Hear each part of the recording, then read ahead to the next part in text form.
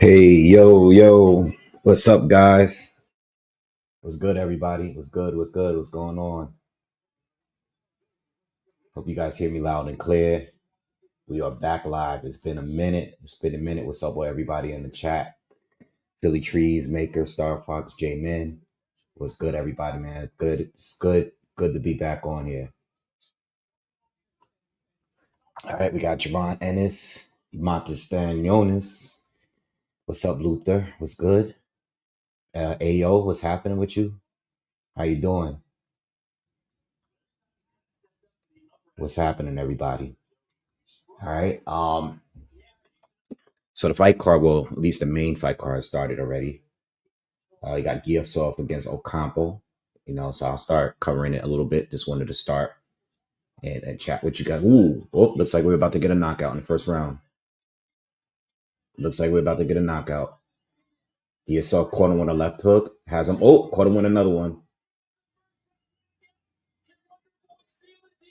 Yeah, this is over. He's getting too many hits. 20 seconds to go in the first round. He's down.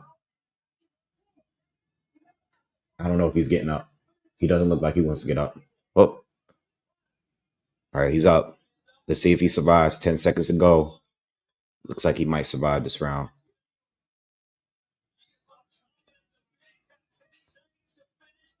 Left hook to the body. Another left hook up top. And he survives the round. Okay. Yeah, it's been a minute. What's up, Gio? What's up? What's up? Thank you. Rodders. What's up? What's up? What's up, everybody, man? Yes, it's been a while. It's been a little over a month. Um, but it's really good to see you guys. All right.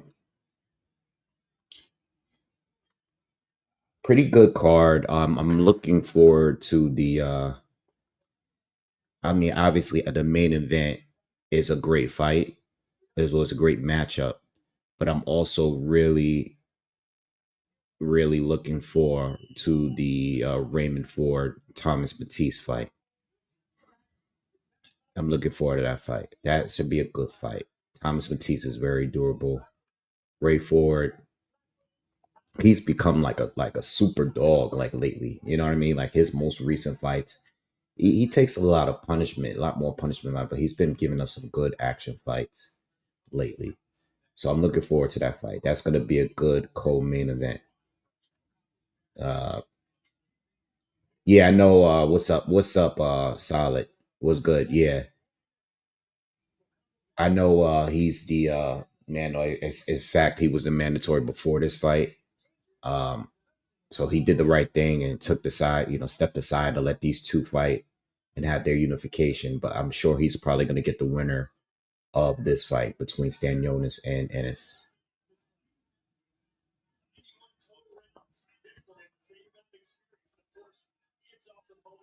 Hyperspace, what's up, man? What's good? Uh,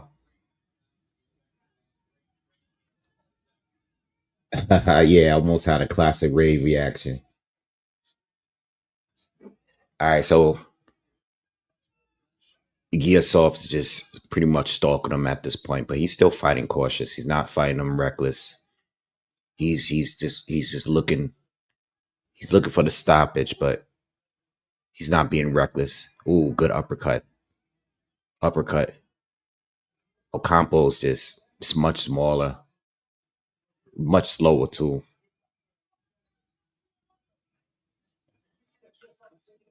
Giasov is just taking his time. Yeah, yep. Sergio just said Giasov taking his time, just trying to measure him.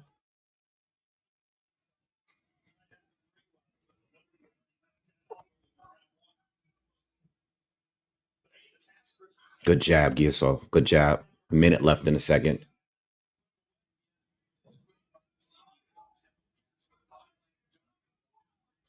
Campo just switched momentarily. I don't know why he did that. Just switched back.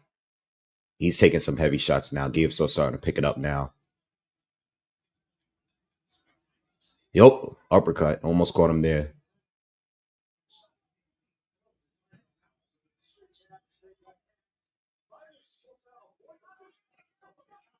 Giasov still stalking. 30 seconds to go. He might make it out the round again. Giasov, the thing with, ooh, he caught him with the left hook again. He's much bigger than this guy too, by the way. Like seeing the side by side right now, much bigger than him. But it looks like he's going to survive the round. The thing is, Giasov is solely looking for the counter. He's not really initiating. He's not really throwing many jabs. Ocampo, being that he wasn't really throwing any punches, it kind of was just like a slow round, a much slower round.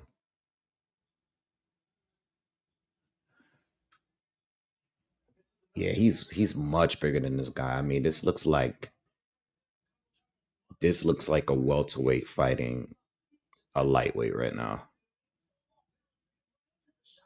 I mean, this guy is much bigger than him, and he's faster than him, more powerful, like a complete match.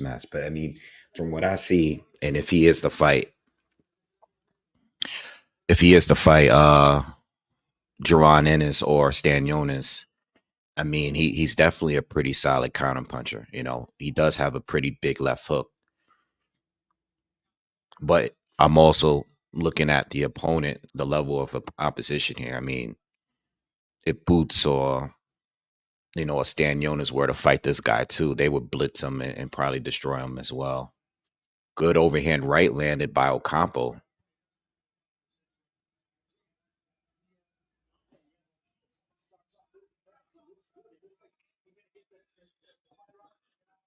Yes, definitely hit the thumbs up if you guys hit the like button. Thank you. Good jab. Yusuf is now starting to use his jab a little bit.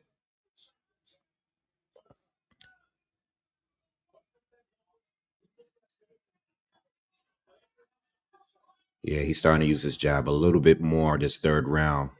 Another jab, another one. Power jab, too. And the thing is, Ocampo's nose is already busted. Good right to the body from Giasov. He's really punishing him this now. He's stepping it up from this third round. More activity from him compared to the second.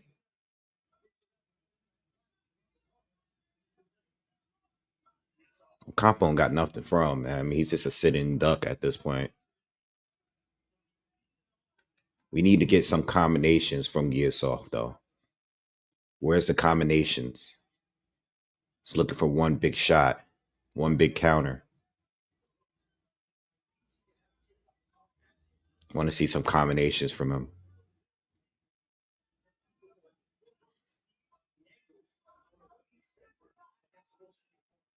Good overhand right from Giasov. Good. That hurt him. Yeah, that left hook to the body hurt him. He's about to go down. We have 1 minute left.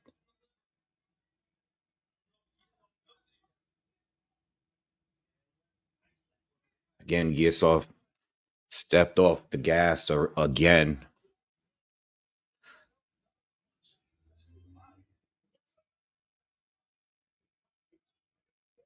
Um,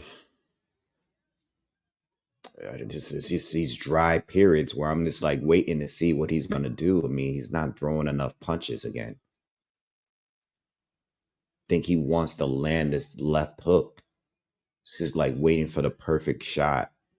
And the guys on the ropes don't have anything for him. Complete mismatch, just standing in front of him. Like, what are we going into another round for?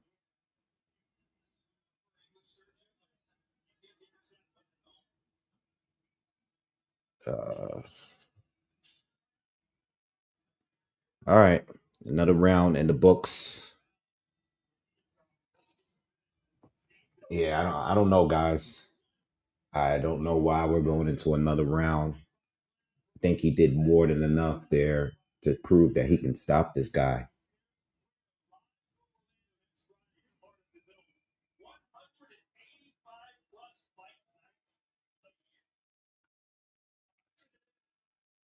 Um, yeah, but you're right, but there has been some decent fights. You know, I'm definitely gonna make a video.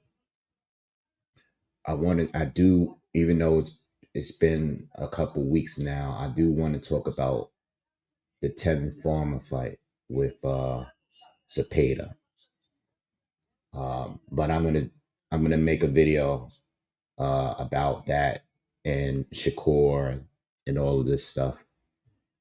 Uh, I also want to talk about some of the fights from this past weekend. I want to talk. I got a video prepared about American heavyweight boxing. Uh, Ocampo's just, we're in the fourth round. I mean, this is not really a fight. Ocampo's just slowly picking them apart. Hurt him in the first, dropped him in the first. Just doesn't want to finish the job here. I don't know. I don't understand. I mean, I guess he's just trying to get the rounds in. Let me see something. Has he not been active? He fought twice in 2024. Yeah, I don't know. I'm gonna do a video talking about American heavyweight boxing. Where I'm gonna go. Wilder's making his return soon. Uh, I do want to talk about Richard Torres. I just seen this fight. Uh, I'm talking about Gerald Miller. I'm going to talk about the main guys in heavyweight event, but I'm gonna save my comments for the video. You know, um, uh, I got what else I have. I have them all on my phone. There's some topics that I definitely want to discuss. I'm still not sure where I'm going with this whole Chris Eubank thing with Connor Benn. I'm unsure. Uh, I I don't know. I don't really know how to look at that fight because Giasov just landed a straight right hand to the body, and he put Ocampo down. Ocampo looks like he's not getting up. It's over. Yeah, 2 minutes into the fourth, this fight is over, and he is the man. Though he faces the winner of tonight's main event.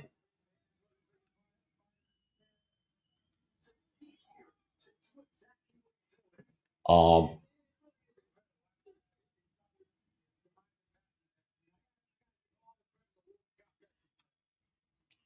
um, Maker says I have a channel too, but sometimes have a rough time feeling motivated to post.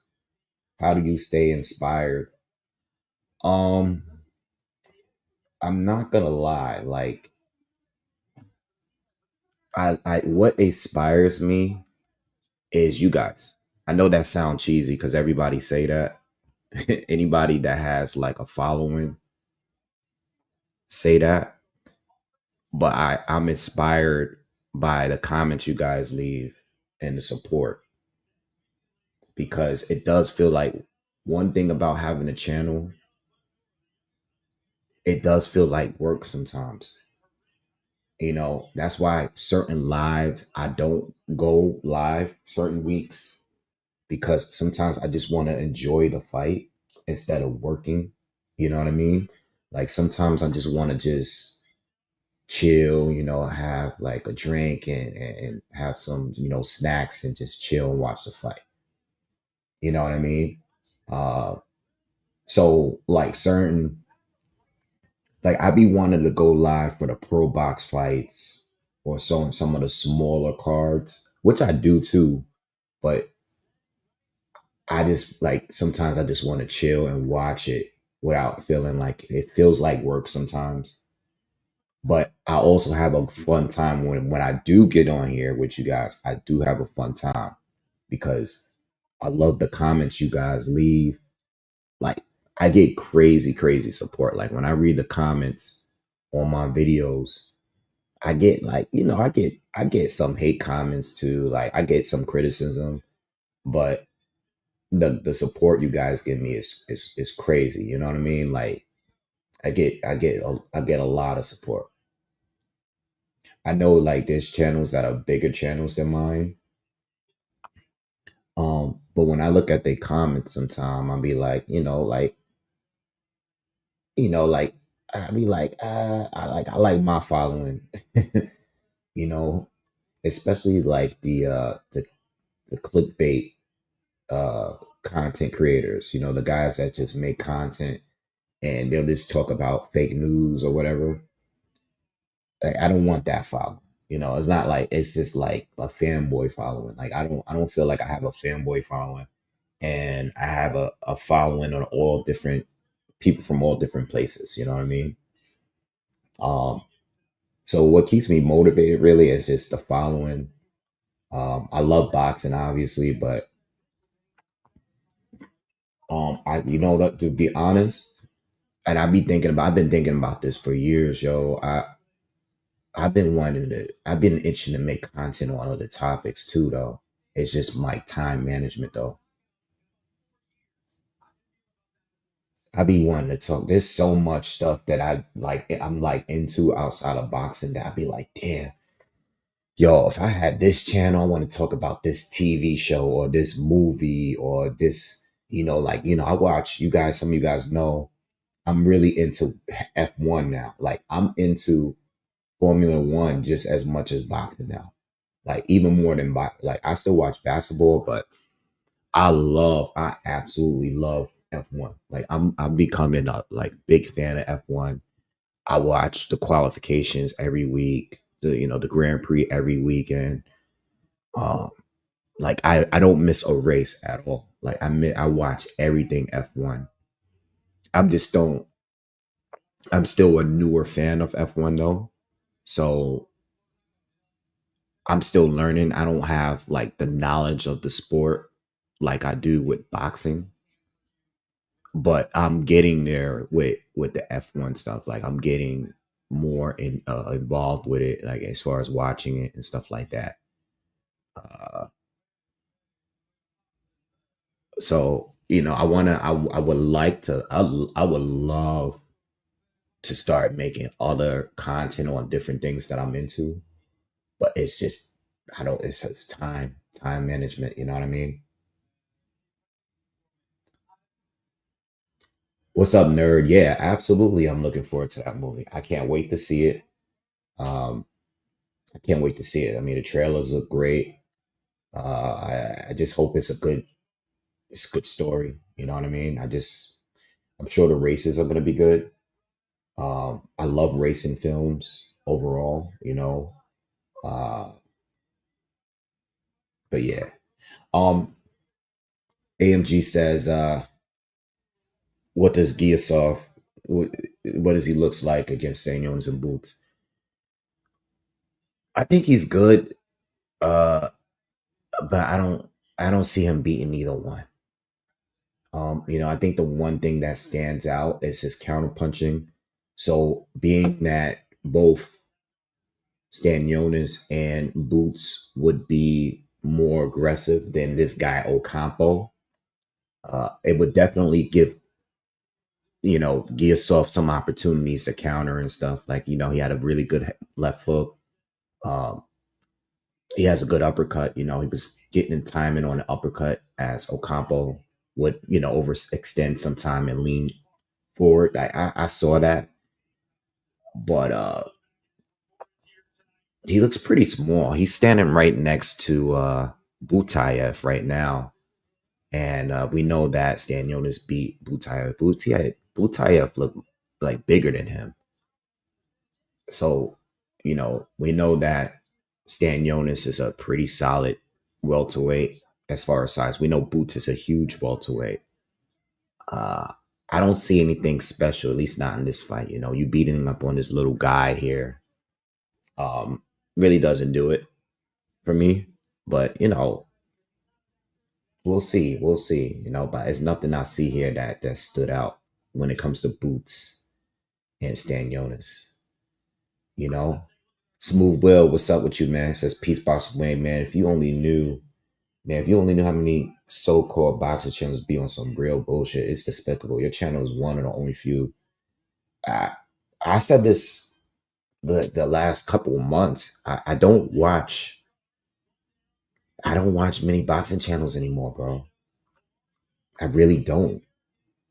You know why? Because it's just a hustle to me. Like I can just see through it now. It's just I watch certain ones every now and then if they're depending on the topic, but it's just too much of a money grab. And I feel like people have to keep that check coming in because I know how YouTube works. I know how the algorithm works. And if you are getting a lot of views and making a lot, like making content, you have to just keep making. You just got to be consistent. And I respect them for the consistency.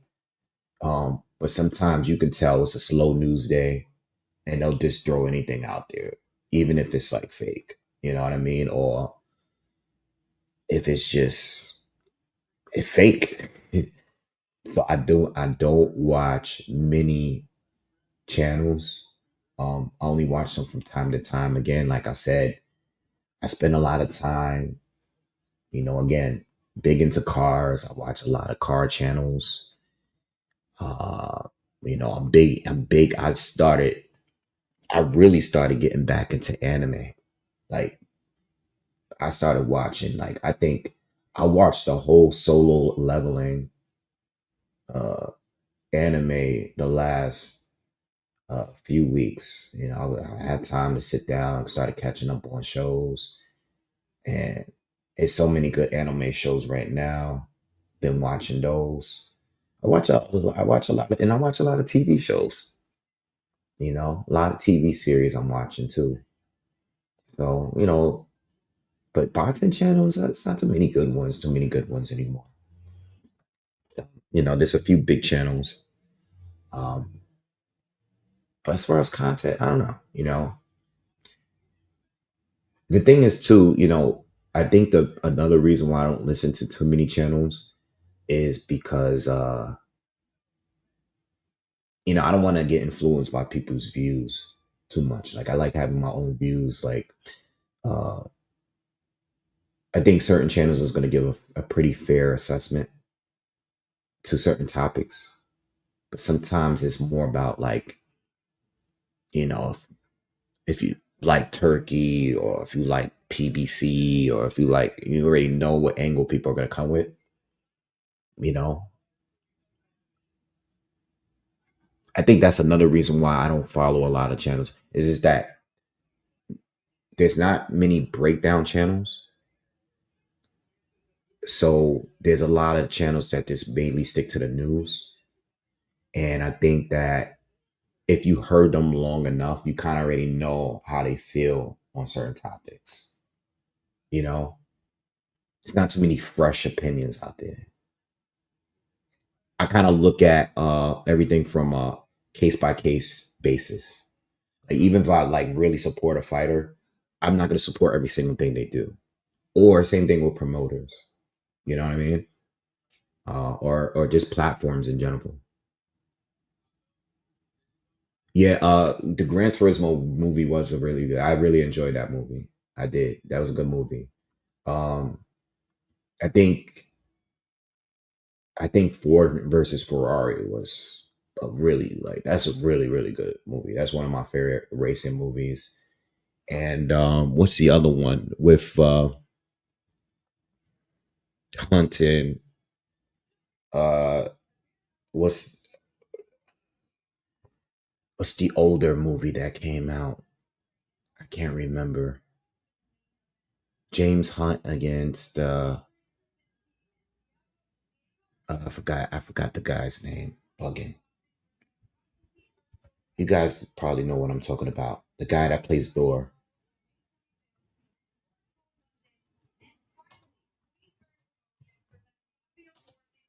Yeah, Nicky Lauda. Who's the what's the movie called? Rush.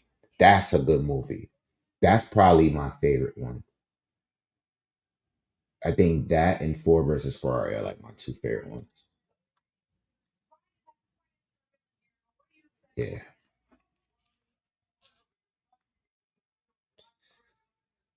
Yeah, so yeah, shout out to Kurt. Shout out to Kurt. Yeah, solo leveling was. I'm thinking about rewatching the whole thing.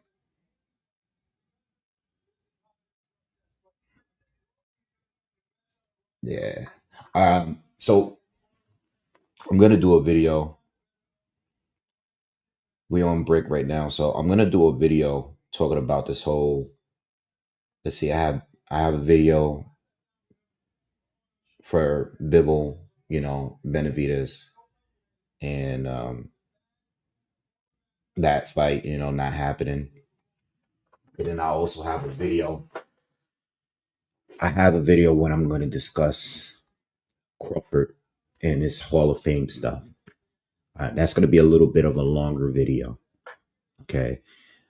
In this video, I'm basically going to talk about Crawford and his comments about Errol Spence, about him not being a Hall of Fame, about him thinking that he doesn't, belong or have earned the Hall of Fame. I'm going to talk about that in detail. And in that same video, I'm also going to talk about that group of welterweights from that class. And I mean Errol, Keith, Keith recently having his comeback win. And I'm going to talk a little bit about just that class of guys, and just talk about Hall of Fame in general, including Bud and everything. I'm gonna do a breakdown on that, a thorough, chill video. I actually did it already, but when I did the breakdown yesterday for this fight tonight, I said to you guys, like, I had made some content that I kind of bolted because I wasn't really feeling it. I didn't like how the video came out. So I would like to just redo some of the videos that I did while I was on my break. I did record some content, but if I don't really have the energy, and if if I'm not feeling the video, it's a lot of videos that I record that I never put out. You know what I mean? It's like I feel like I could do this video better. You know what I mean? Sometimes I feel like my energy could be better, or I can make this half as long while making better points. Uh, and that's the thing. Uh, I think, yeah, I love Talladega Nights. That's actually one of my favorite comedies. But I don't like. I know it's a racing movie, but I don't. It's a comedy. You know what I'm saying? What was I about to say? Yeah, I just lost my point. What was I talking about? Yeah, I forgot my point there. Reading that comment just made me. That threw me off.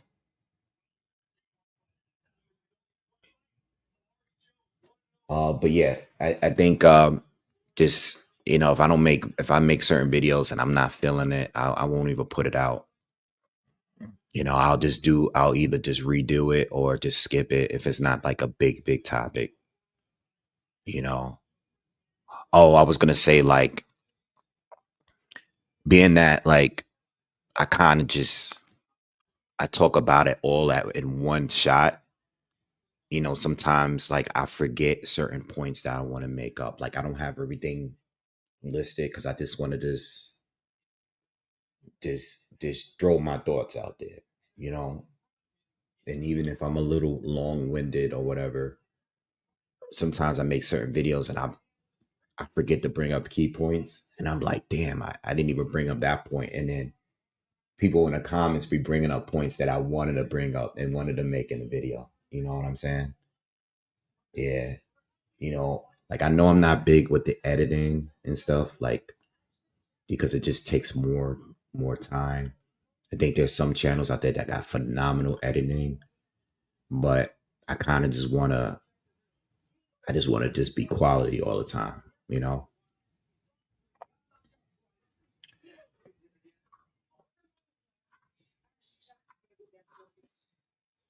All right, so we waiting for the next fight.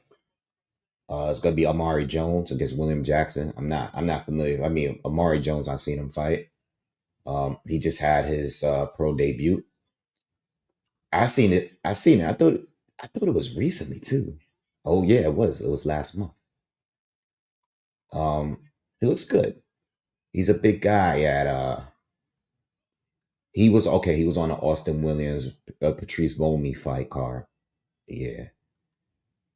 Um but a good debut. Good debut. I did check it out. I did check it out. Not bad. So he's I like when these new guys are just fresh out because they just take they take a lot of fights. And I like when I see guys just thrown on cards sometime. I think that's how you got to keep these new guys sharp.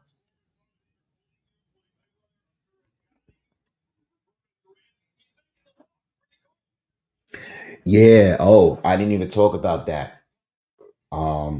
J-Man, hold on. Give me 2 minutes, you guys. Give me 2 minutes. Hold on. Let me just take a bite of this sandwich because I was trying to make some food before this card. Give me 2 minutes. Be right back.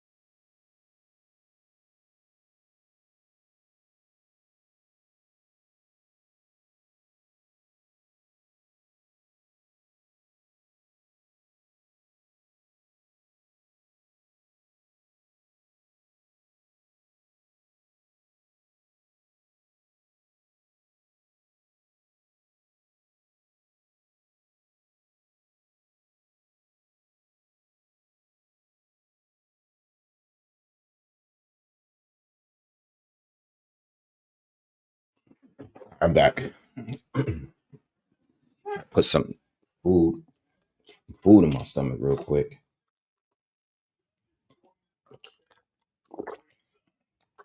All right.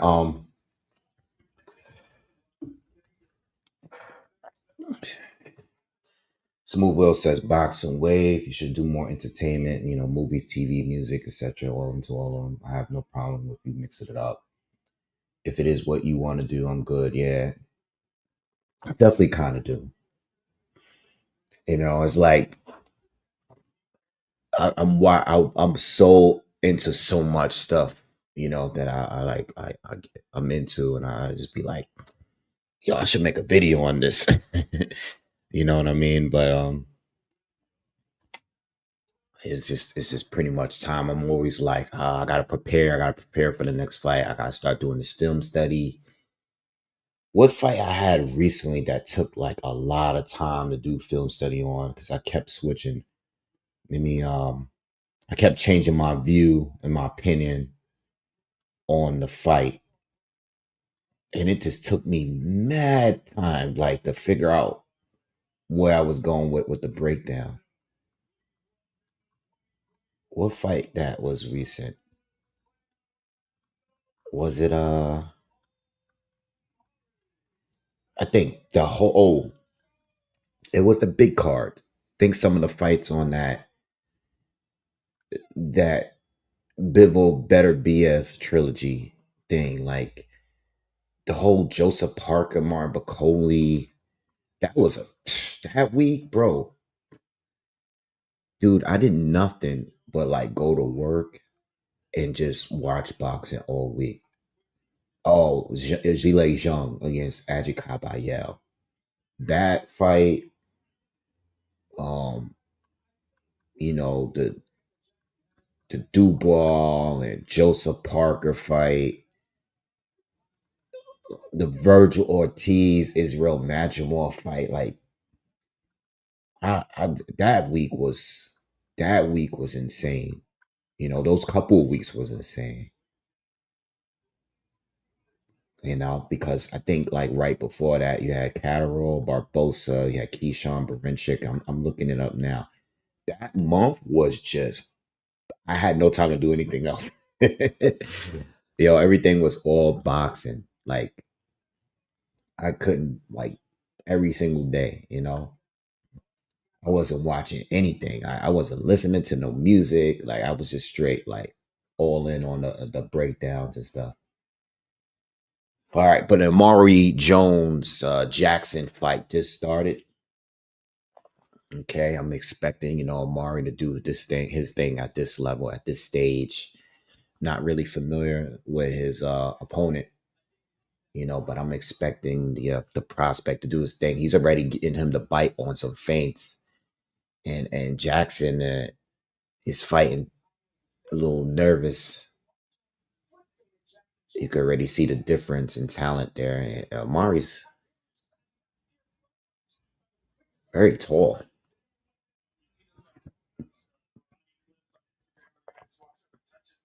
But now Jackson is coming forward. He's not really throwing anything though.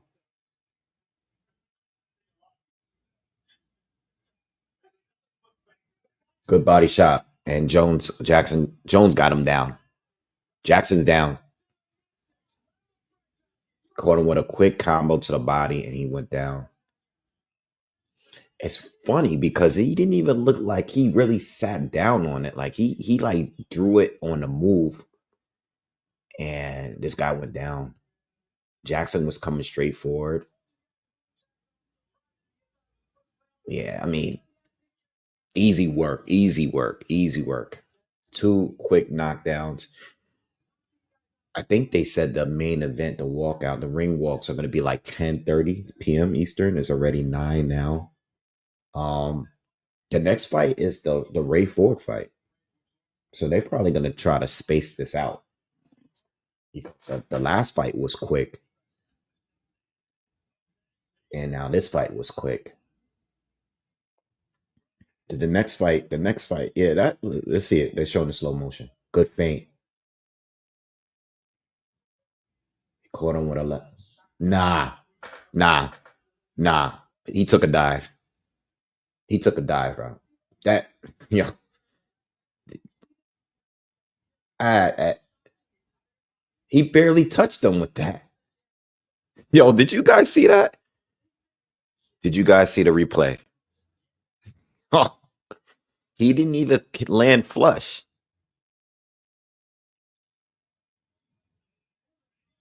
I don't know, man. I don't know.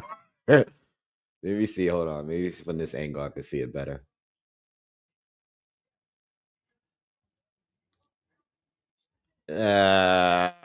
I don't know. I don't know. I mean it. I don't know. I don't know. Uh that's what I said. I was like, it didn't look like he really. All right, Yeah, I don't know. Whatever.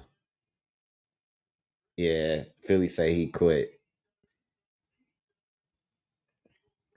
It's not that he didn't hit him. It's just didn't really put much into either one of those shots. I don't think those were the most flush shots. You know, Punch Cole said he took his 5K with minimum damage. Yeah, I mean, he didn't look like he really wanted to be there in there anyway. Even at the like I seen the face off and I seen all of that. I didn't think this guy really wanted to be in there like that. He pulled a Bruce Seldon. Nah, Bruce Seldon didn't even get hit at all. Dude just went down. Yeah, so much for that.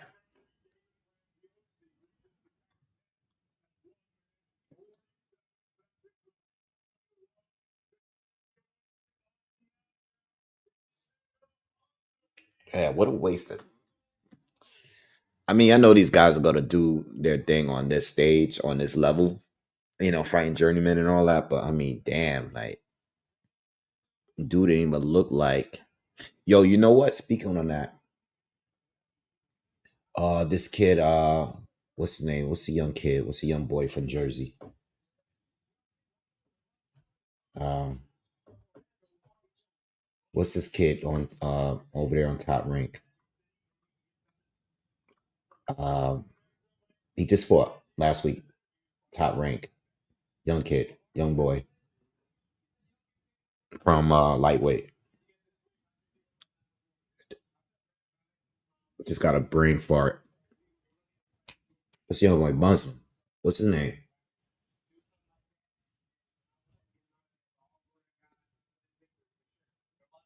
He said Joey Spencer. Nah, the Muslim kid. Muslim kid. Black dude. What's his name? He just fought last week. Prospect.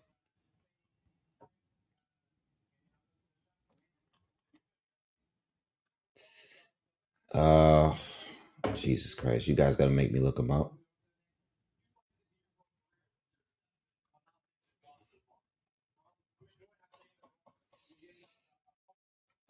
Yeah, Abdullah Mason.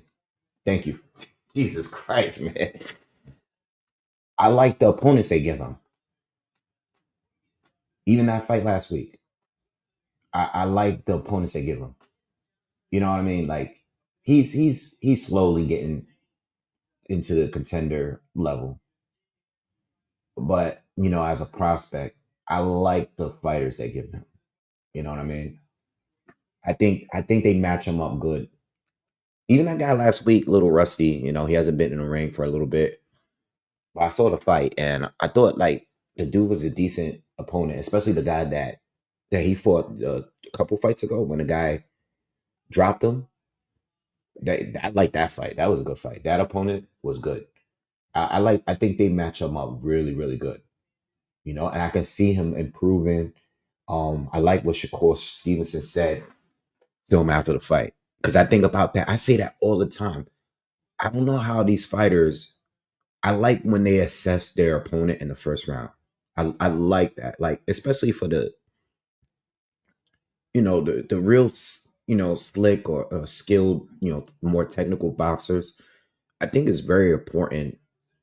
Even if you got the KO power to, get a feeling of your opponent and seeing, just seeing how they are. I think that's important. I think that you don't want to go into a fight like the way he did against the other guy that knocked him down. Because even though it was a good action-packed fight, it was a reckless fight. Because that guy had like a wild. He was throwing punches from some wild angles. And knocking him down. And I think sometimes you just gotta, you fight in these earlier fights, you really don't know how your opponent's gonna be, and uh, okay, Johan Vasquez, Mason got dropped twice. That was a great fight though. I mean, in the 2 rounds, there were 4 knockdowns. You know, that was a great that was one of those ones where it's just like straight war.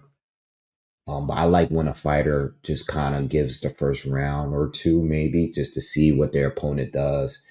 You know, see how they throw their punches. See, get the the speed in check and get the angles and see if they can give away like what they're plotting to do. I like that. I think that comes with maturity. You know, even if you are a puncher and you're explosive and all of that, I think it's good when a fighter just get a good assessment on the opponent, especially in the first round or two. But I like Mason. He seems to be really, really mature. Um, his father, his family, it seems like they keeps him in check, and uh, he looks like he has a really good future. He looks like he's growing fast though.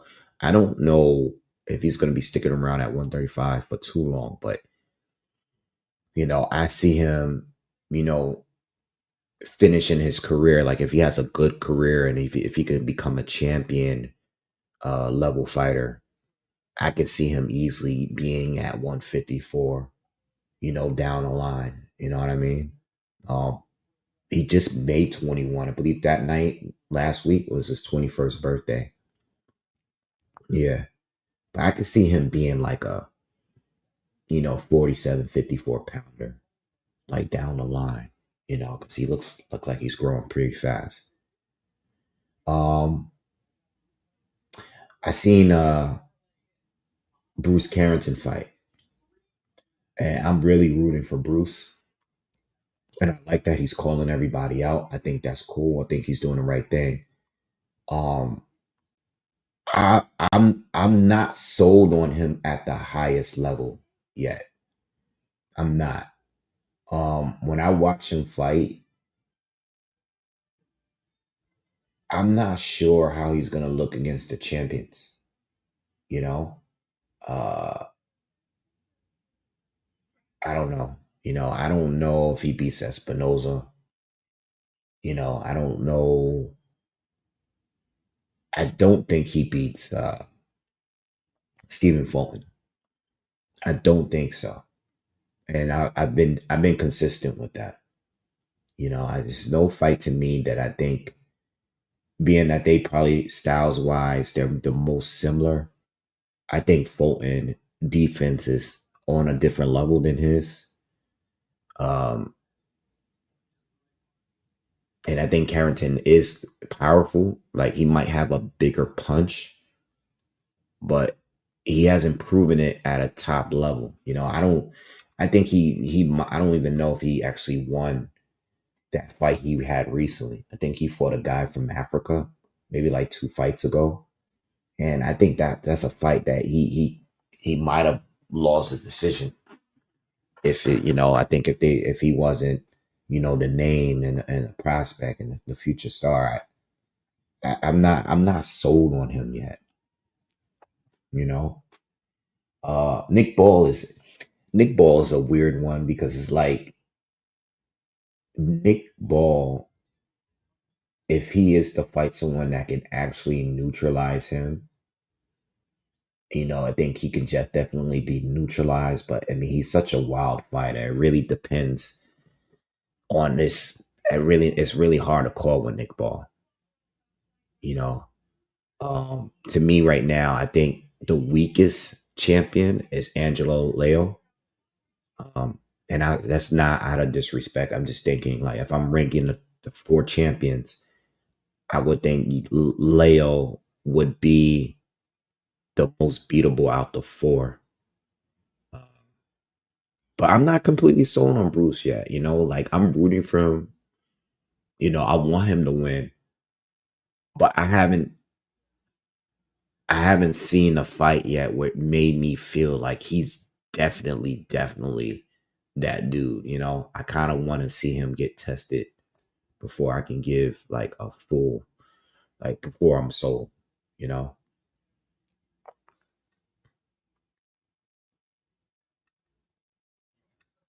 Smooth Will says, can Wilder win the heavyweight title again? I don't think so. Um, nah. Uh, I don't think that he can win a title again, but I do think he can get into some big fights still. And I'm gonna save a lot of that. I want to say some of that for the video I'm going to do on him. But what I will say is that I still think that a fight between him and Andy Ruiz can happen. A fight between him and a Gerald Miller. Uh, I think the Anthony Joshua fight may be done. Because I think even though AJ got knocked out by Daniel Dubois, I still think that AJ's fighting on a way higher level. Like Wilder just not has not looked impressive in a long time. You know what I mean? I think the third Tyson Fury fight really took a lot out of him. Wilder is getting older. Um, he's just more gun shy now. And everybody knows the game plan, everybody, I really don't know. I don't know. All I do know is that if he is to fight some of the older guys that he hasn't fought and get a bag, like Andy Ruiz or a Gerald Miller or like a Dillian White or something like that, um, I think those are somewhat winnable fights. But I think every fight is risky for him at this point. Even like a Derek Chisora at this point, like I'm just not sure how the fight gonna play out.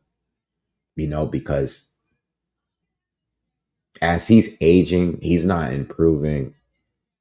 When he tries to be smart, I don't think it really works out for him. Like looking at the Joseph Parker fight, I think Wilder needs to be. I think a lot of his success outside of his big right hand was also his speed and his athleticism. Uh, him not really throwing many punches, him being gun shy, and him not being that durable anymore makes it a lot more difficult as he ages. He's not like, a Bernard Hopkins who can be older but still keep, his smart and he's smart and and I'm talking about the top tier old fighter. You know what I mean? Uh I love Roy, guys. You guys know Roy is my favorite fighter, like one of my favorite fighters. But as he aged, a lot of his skills was based off him just being way more powerful and athletic. You know, once he had to rely on just his experience, he didn't have the durability to take the punches and just was able to outwit a lot of those guys that stopped him for 12 rounds. You feel me? And I think with Wilder being that he's never been a great technically sound fighter, him just not being that explosive is just not a good look. But I still think that if he gets a couple of wins in there, I still think there's opportunities for him to get other big fights.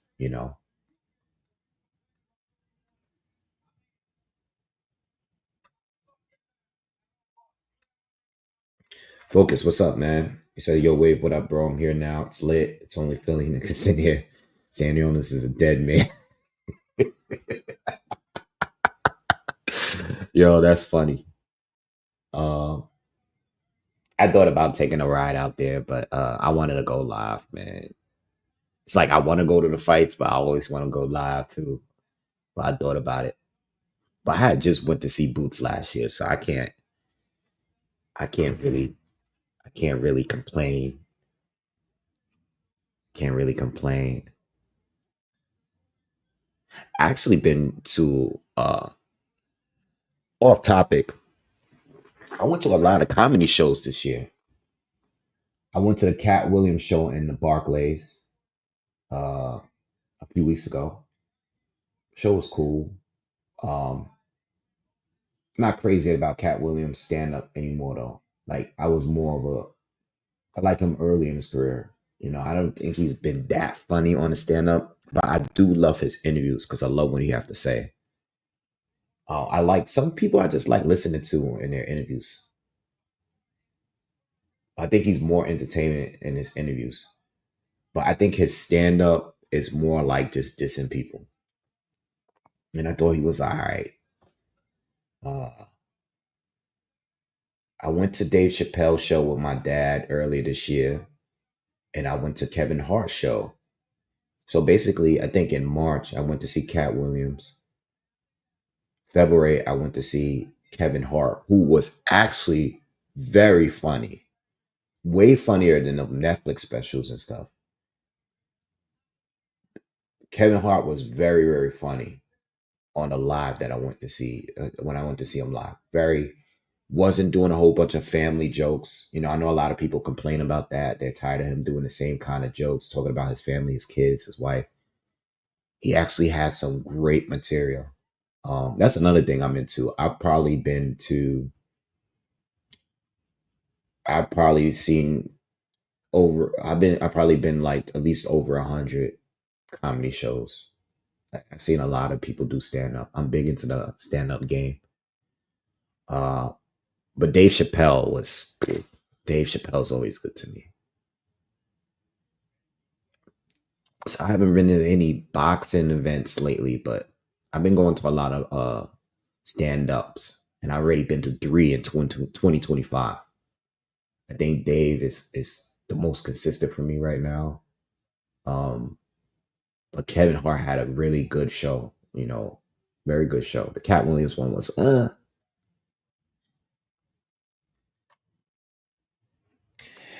Oh, the Times Square event. All right. I have not made a video talking about that card. Oh, you know what? Let me pull up that card. I'm not gonna go. I think I'm gonna be on live for that entire weekend because the whole weekend is nothing but fights. I think Friday all the way to this was Sunday, I think, or Thursday to Saturday. That whole weekend is just full of fights, right? Let me see. Hold on. Let me check it out. I think I'm gonna go live for that entire weekend. I don't think I'm gonna go to the Times Square. I was thinking about going to the Times Square when they first announced it. I'm gonna be real. This is what I was gonna do. I was like right off the bat. I was gonna I was gonna book a hotel at a rooftop spot over there in Times Square, so I can just watch it, not like on a street level, but just watch it. I was thinking of doing that. But the thing is, I don't know exactly where they're gonna put that ring. I'm thinking they're gonna do it by the divider area where the steps are and all that. I'm thinking they're gonna put it over there, but I'm not sure. Like I've never seen that before. I don't know how a Times Square fight is gonna look. So I was like, I don't want to do all that and then end up not be able to see it from wherever I'm at or whatever. But I was thinking about like just getting because there's a lot of hotels right now of Times Square, and there's mad. They all have rooftop lounges because I've been to plenty of them. You know what I mean? So I was thinking of doing that, but I was like, I don't want to be on the street because I just think that just look like it's gonna be a nightmare trying to control a crowd in Times Square for a boxing event. That sounds crazy, you know? Yeah, they might put a roof over the ring. That's what I'm saying. I don't know how to prepare for that. But no, I'm gonna go live, bro. The whole weekend, like, all right, so May 2nd is the Ryan Garcia Rolly Romero card. May 3rd is the Canelo fight, William Skull. And then May 4th is the Inoue fight. So I'm gonna just I'm gonna just do 3 lives back to back to back. I think that's gonna be just good for content, you know what I'm saying? I never did 3 lives on a whole weekend, like 3 different lives on 3 straight days of live commentary. Never did it before. So I'm gonna just take advantage of it and just be like, I'll just be here all weekend. You know what I mean? I actually got to start doing the breakdowns for those fights. Um, but until then, we have the Ben Whitaker, Liam Cameron rematch is coming up. Chris Eubank against Conor Benn. I really don't want to do that breakdown. I'm not gonna lie to y'all because I know there's some kind of rehydration clause going on, and I know the Eubanks have. Well, Chris has like a whole issue with that. I just don't know how to really feel about that situation. So I don't know how Conor Benn is gonna look as a middleweight. I seen him; he looks very muscular right now, like but at 54, he didn't look like his power had really gone up to 54 well. So I'm not expecting him to be that much of a puncher at 60. But I also think that Chris Eubank, this rehydration clause or catch weight or whatever they agreed on, I think that it definitely may have some influence on, his toughness and stuff. I don't know. All right, Ray Ford is doing his ring walk right now. And oh, somebody asked me how I felt. All right, so I'm gonna tell y'all real quick because Ray Ford is coming to the ring. I'm gonna tell y'all for both. I have Ray Ford winning the decision here. I don't think this is gonna be a stoppage. I didn't even check the odds for this fight. I should have. I have Ray Ford winning the decision. I don't think he's getting the KO in this fight. I think Thomas Matisse is tough. He's durable. He's tough. I seen him. He's tough. I don't think Ray Ford is getting him out of here. And for Jaron Ennis against Iman Stanionis, I put money on Jaron Ennis to win by uh stoppage. Yeah, I placed a bet probably like an hour before I went live. Um, I was gonna go with the decision at first, but I changed my mind. I think he's gonna get it done. I think he's gonna stop him. I think it's gonna be a late stoppage though. I'm thinking more like you know fourth quarter of the fight. Yeah, so I think Ray Ford wins on points, and I think Ray Ford wins on points, and I think Drawn Ennis wins by late stoppage. That's my picks for these two fights. Let me see what they got for this Ray Ford fight. I mean, he's a heavy favorite.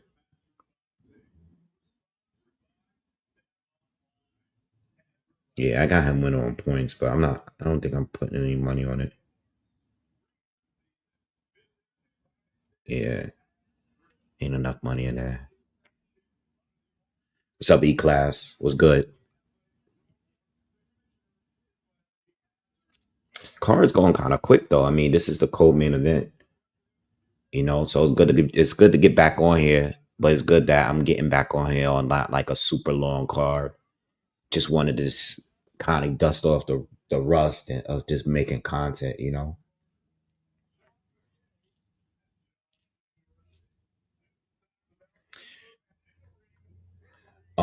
Sugar Passion.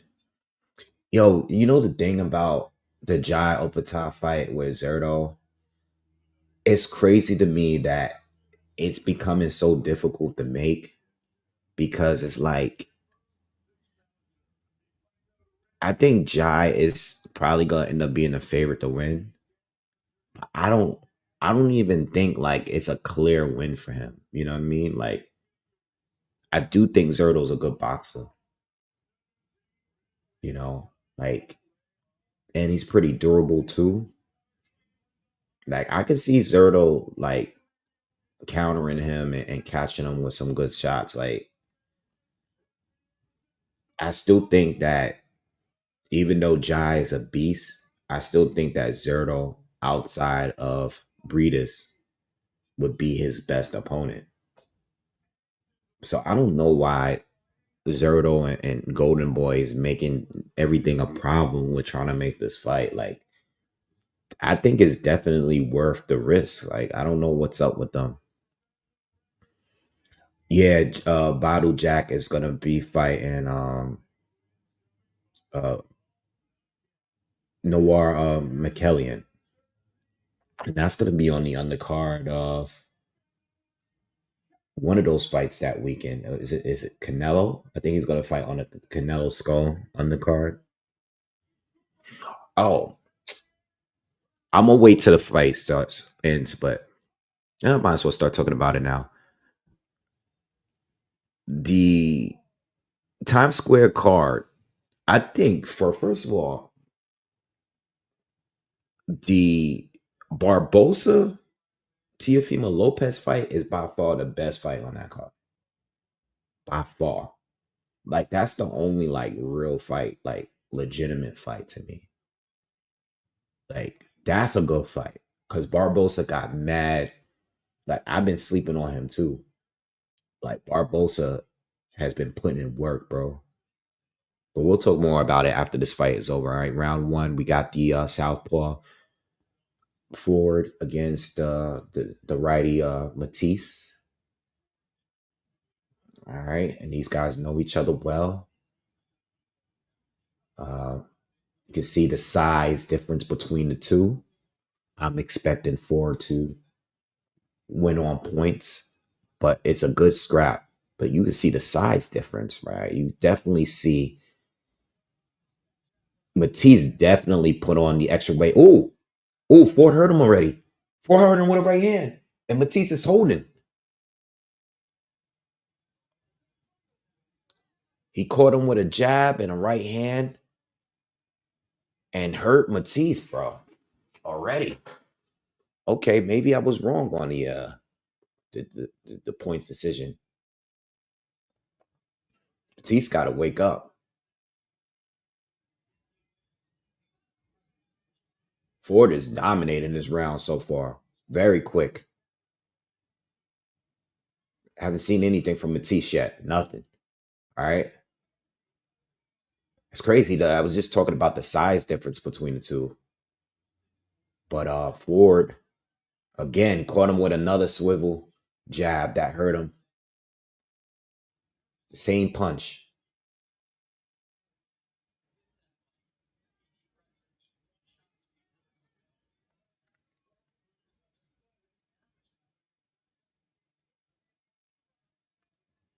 Ford ain't playing. You know, Matisse was coming out smiling in the beginning of the round. He's still talking. Again, the same combo. Ford throws a straight left hand and follow up with the swivel jab and caught Matisse again. For the third time, he buzzed him with the same jab. Ford comes in, does the same combo, catches him with a hook to the body. Batista's coming forward, but he ain't throwing any punches. He's already got, a fourth time. He hurt him again with the same swivel jab. Oh, he's getting destroyed this first round. 30 seconds to go.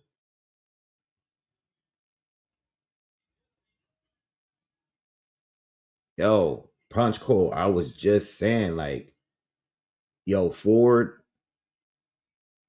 used to be a completely different fighter. Now he's been an action fighter in the last 4 or 5 fights.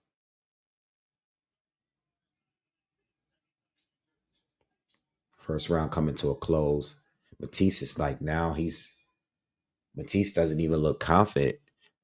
Yeah, he's smiling and stuff. Like, Matisse don't look like he want to throw. He's looking like he's worried about getting hit. He got the high guard up already, and he wasn't throwing any punches. It was all defense for him. Whatever his hands were down, he got caught with that swivel jab.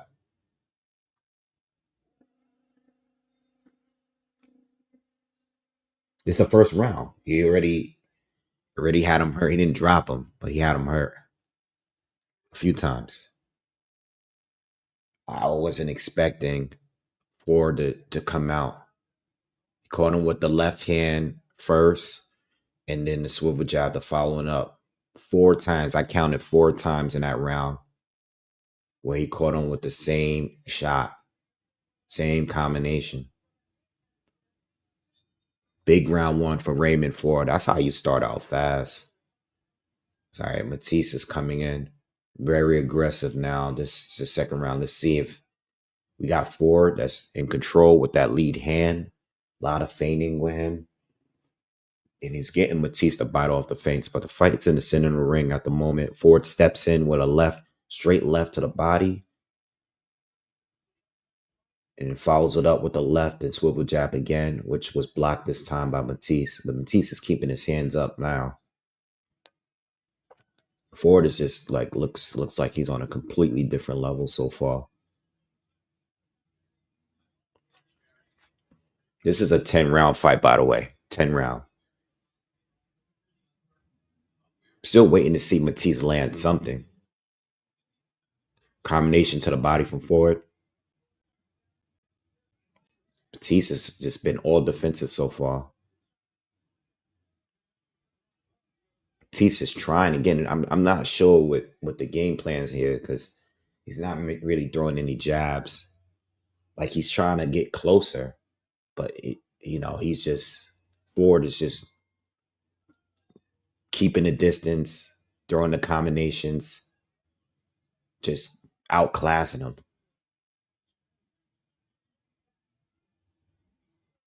Still nothing from Matisse so far. His hands are back down. Ford comes in, throws a combination. Matisse tried to time a left hook in between the flurry, but he misses. He tried to throw the left hook again. Now he's coming in. Now he's coming forward, trying to walk down Ford. He throws a right to the body. Now he's starting to walk. He's starting to be a little aggressive now. He's throwing his hands. He's letting his hands go now. 1 minute to go in the second round. Ooh, good angle on that straight left hand from Ford.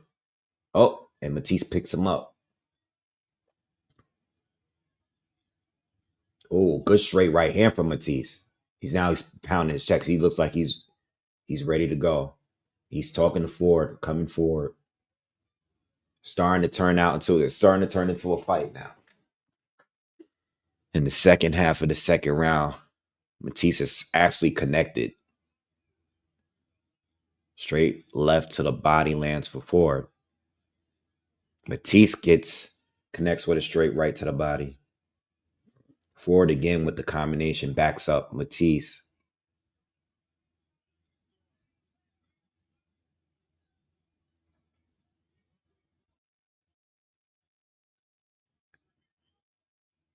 Ooh, good straight left for Ford. Ford got the speed advantage by far. Good round. Good round. Got a little action in there. Got a little action. Hold on, let me take a bite of the sandwich.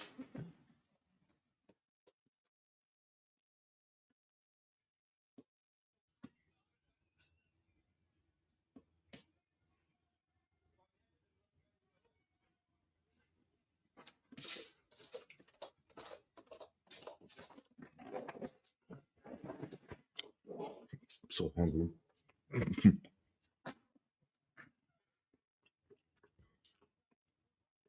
Excuse me, y'all.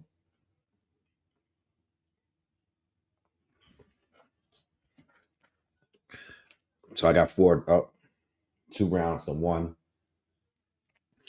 He started to let his hands go a little bit though in the second half of that round.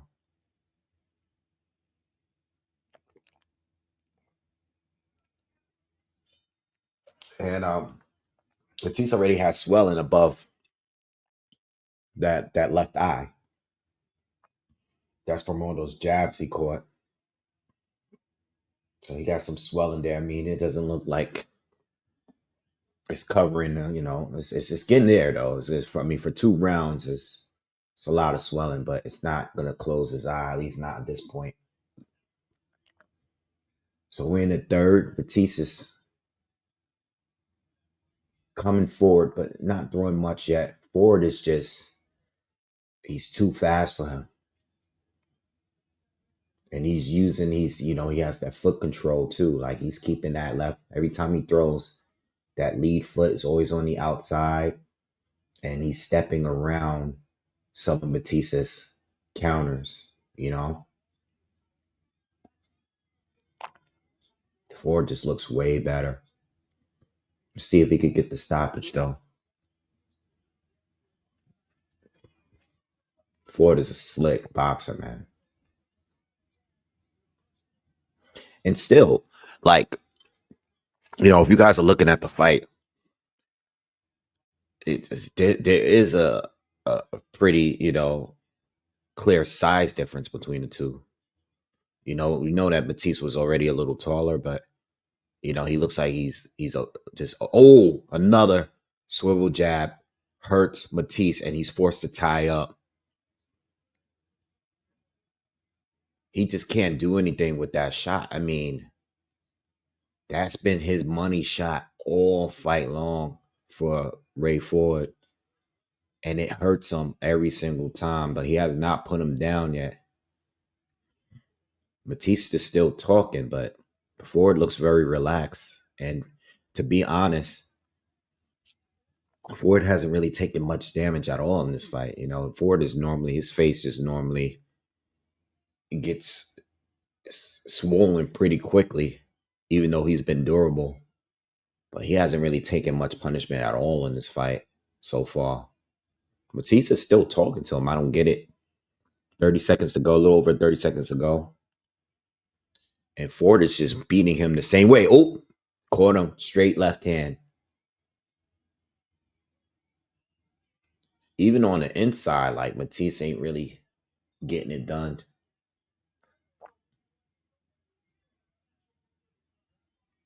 That eye is getting, that swelling on his eye is getting worse. You can see he got his eye leaning a little bit. He's still talking. I mean, he doing more talking than fighting than me. He doing more talking than fighting. Round 3 in the bag. Another big round for Ray Ford. Looks similar to the first round.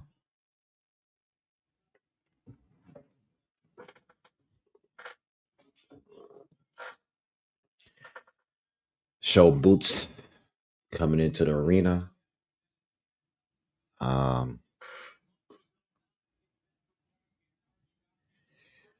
I think so. I mean, this is a 10-round fight, Luther. I think he can keep this pace. I mean, he has the experience in doing it. You know what I mean? He's been in those 12 rounders already. So I think he can do it. I know he's at a bigger weight, but I mean, so far he looks good. He looks sharp.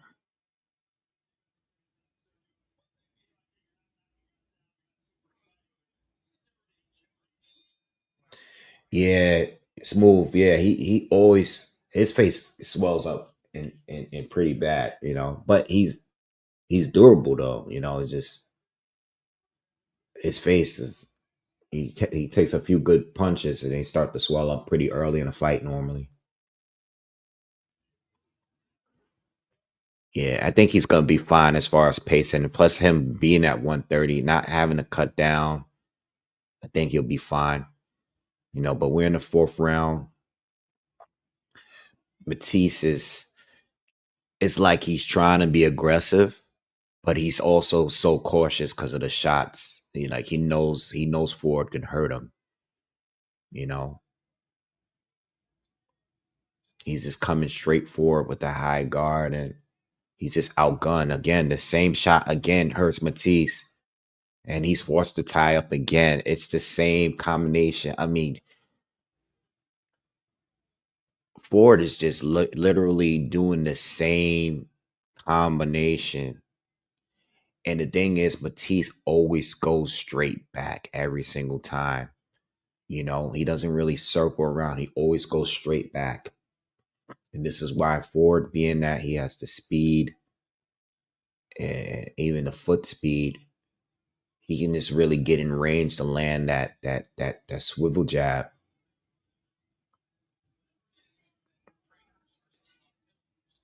Ford, I mean, Matisse is just, he goes straight back every time.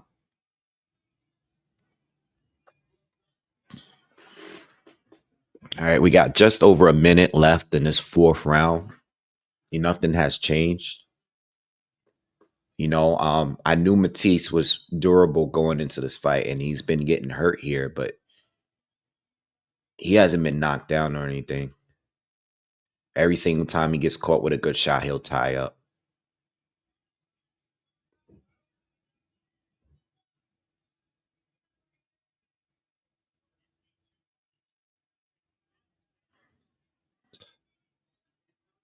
What's up, St. Don? Thank you. Appreciate that. Definitely, if you guys can just smash that like button for me, I appreciate it. If everybody in here just hit the thumbs up for me real quick.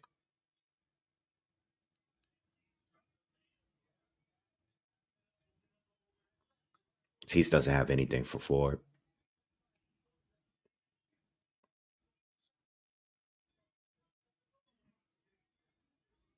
I straight right from Matisse.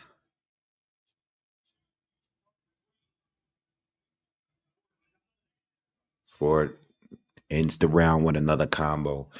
I think I expected a little bit more of a fight than this. You know, I wasn't expecting Matisse to win, but I expected a little bit more of a back and forth between the two. You know, in the 4 rounds, I mean, it's been clear for Ford. Good, it was a good matchup on paper, but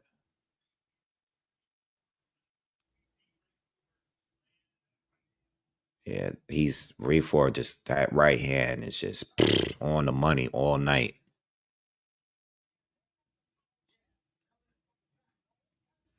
Captain SOS, thank you, appreciate it.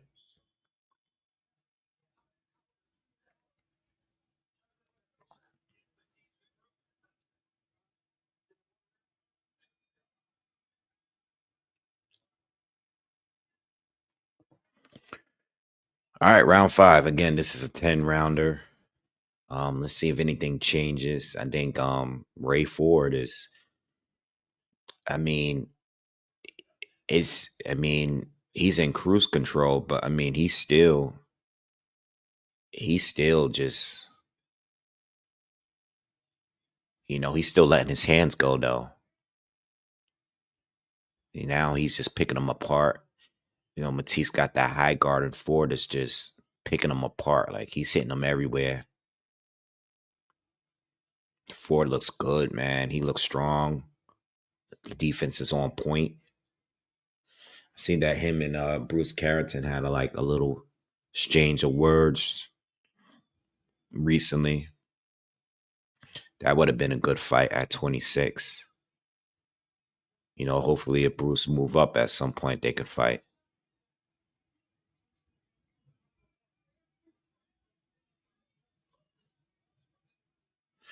The problem with Matisse is that his punch volume is just too low.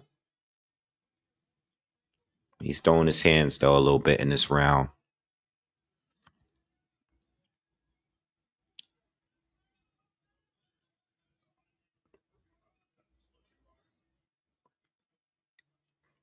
And that's another thing. Somebody brought up pacing a little bit earlier.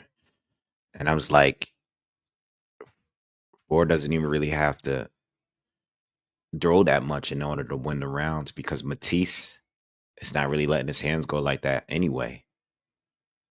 So even if Ford decided to slow down, he's still connected. He's still accurate, and he can still hurt Matisse when he wants.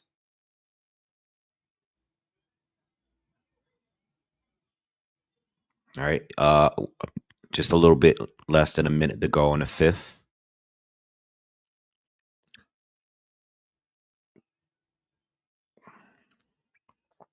Another right hand from Ford, same right hand that he's been landing all fight.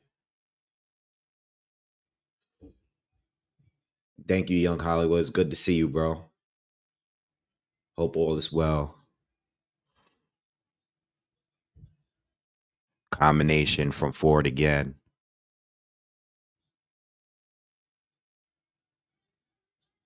Nice jab from Matisse. Good jab. 20 seconds to go. Ooh, nice back left hand from Ford.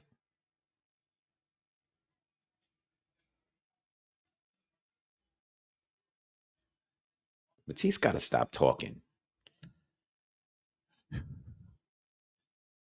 He got Ford to bite off his feint, and he started talking trash from that. Like, land the punch, bro.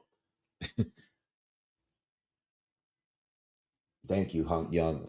Everything is good, man. Everything's all right. Everything is just okay. I can't complain.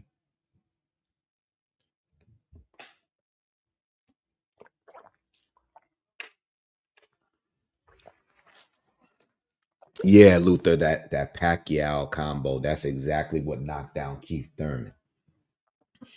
He's been landing the same thing all night. That's exactly what dropped Keith Thurman in that Pacquiao fight.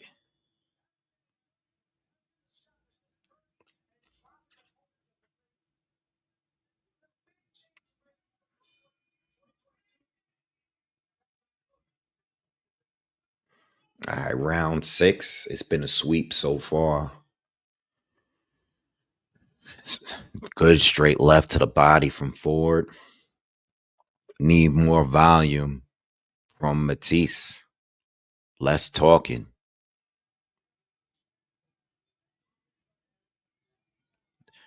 Let the right hand go, Matisse. Let the right hand go.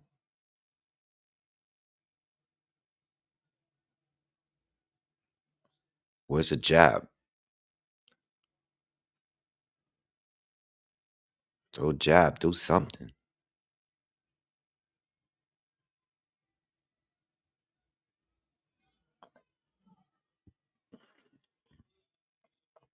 Crowd is starting to boo.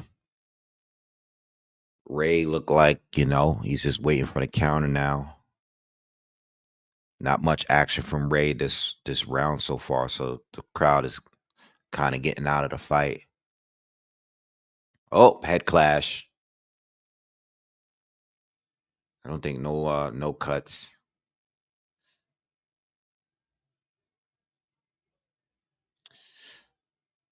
I like that the ref is not getting involved in the fight too. Ref is just kind of just chilling out. He's just letting them do what they want. Good one too from Matisse there. Ford is starting to open up again. Good right hand again. Oh, he hurt him. He hurt him. He hurt him again. Same shot. And Matisse tied up. Every single time he catches him with the same shot, he ties up. He doing a lot of talking, but he's smart. He know what he's doing as far as making sure he doesn't get knocked out or knocked down.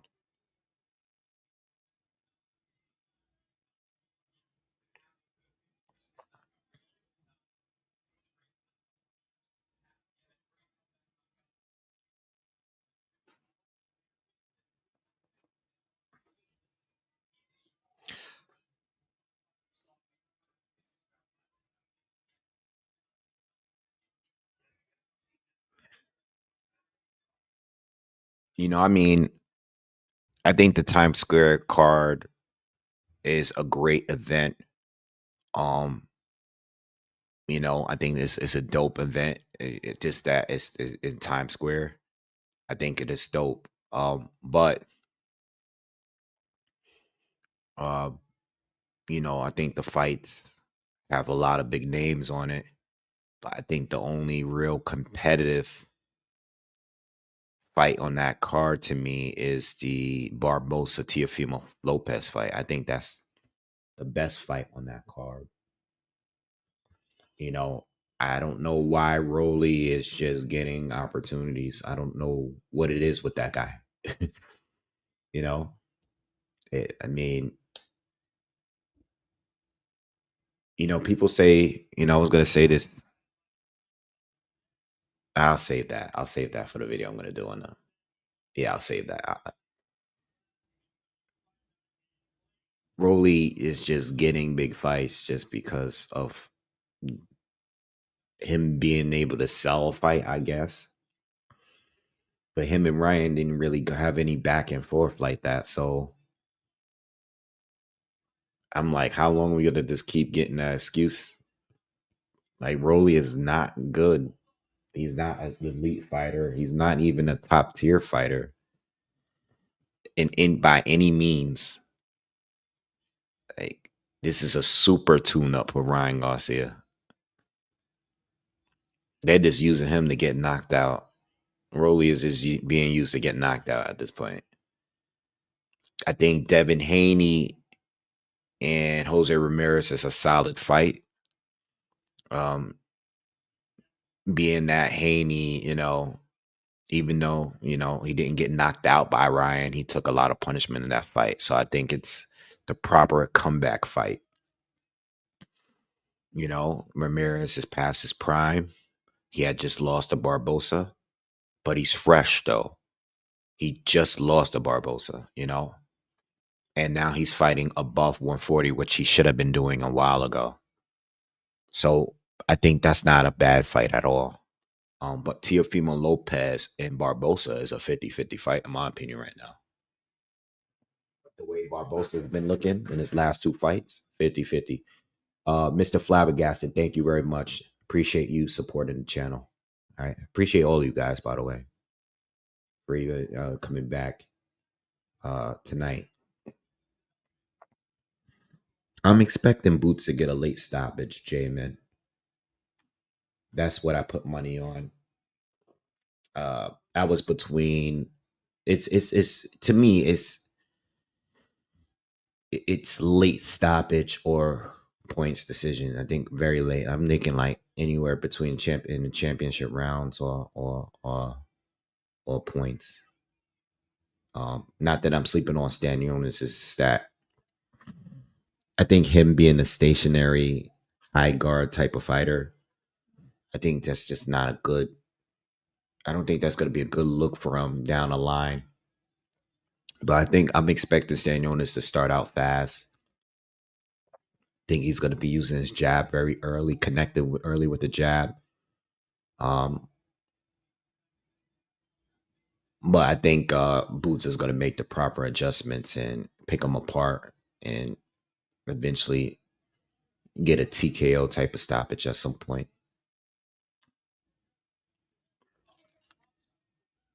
I think he's going to look impressive tonight. I like Stanionis though. But I think Boots is going to take care of business tonight. Like I said in the breakdown, I think Karen had a more difficult style because of the way he boxes, because of the way he moves, because of the angles. And I just think no one really was expecting that kind of style. He was more mysterious, even though they already had a fight. I think that's that whole strategy of Karen just threw off Boots in that fight.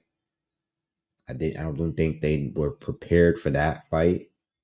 And I don't think that his dad was giving him the proper instructions in the corner in order to, adjust to the style of Shukajan.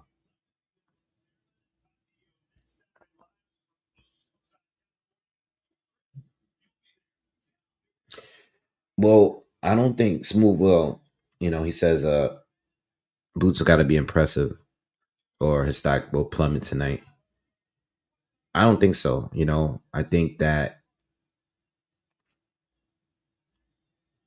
think if he loses, I think his stock will plummet. But I think if he ends up winning a close decision, people are expecting this to be a competitive fight for him, unlike the Shukajan fights. I think that last fight with Shukajan made him lose some stock there. This fight here, people are expecting a tough fight with Stanionis. People are looking at Stanionis like, all right, finally you in there with a real fighter. So if he is to struggle a little bit in the fight, I know people will go out and say, oh, he's not really that good. That's what they're going to say. But, at the end of the day, even if he is to stop Stanionis tonight, or look very impressive doing it, I still think that the guys at 54, it's on a whole different level than anyone at 47 right now, or even or all the rest of the options when it comes to Virgil Ortiz and Bakram and whoever else is up there. those guys at 54, it's a different level, it's a different beast than Brian Norman Jr. and Stanionis and what I mean, Mario Barrios. Like, you know what I mean? Like, there's really nothing going on at 47. And to be honest, when these guys at 40 start fighting for those titles at 47, that's when 47 is going to become interesting. And I'm talking about between Devin Haney, Ryan Garcia, Teofimo Lopez, all those guys that's going to be on this Times Square card. That's when the division becomes a little interesting. But I think for the time being, the guys that are current champions, they should be facing each other. And we'll see who's next up from 40, you know. But Boots win or lose tonight, or even if he were to become undisputed at 47, I think there's a good at least five fighters at 54 that will clear 47 right now. You know what I mean? Not including Boots, but I think there's about five guys at 454 right now that would beat the other champions at 47 for sure. I think Boots is the only one that can possibly compete with the guys at 54.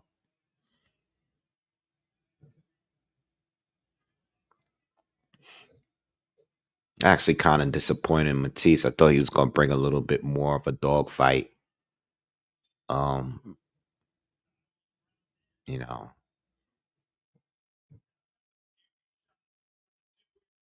yeah, if the odds were a little bit better for the points decision, I would have dropped a little bit more, a little bit of money on the points win for Ford, but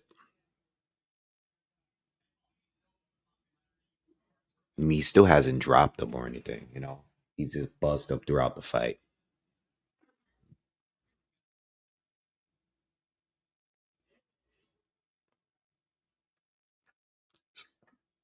So I just want to see where Hanning's mental is in for the fight. The fight should be a safe return. It should be. It should be. I think Haney should be able to win a clear decision, unanimous decision. Like I said, I think the real fight is between Tiafimo and Barbosa. Barbosa's a guy that like Raymond Ford that used to, be, a lot of movement from him before, you know, not really engaging much.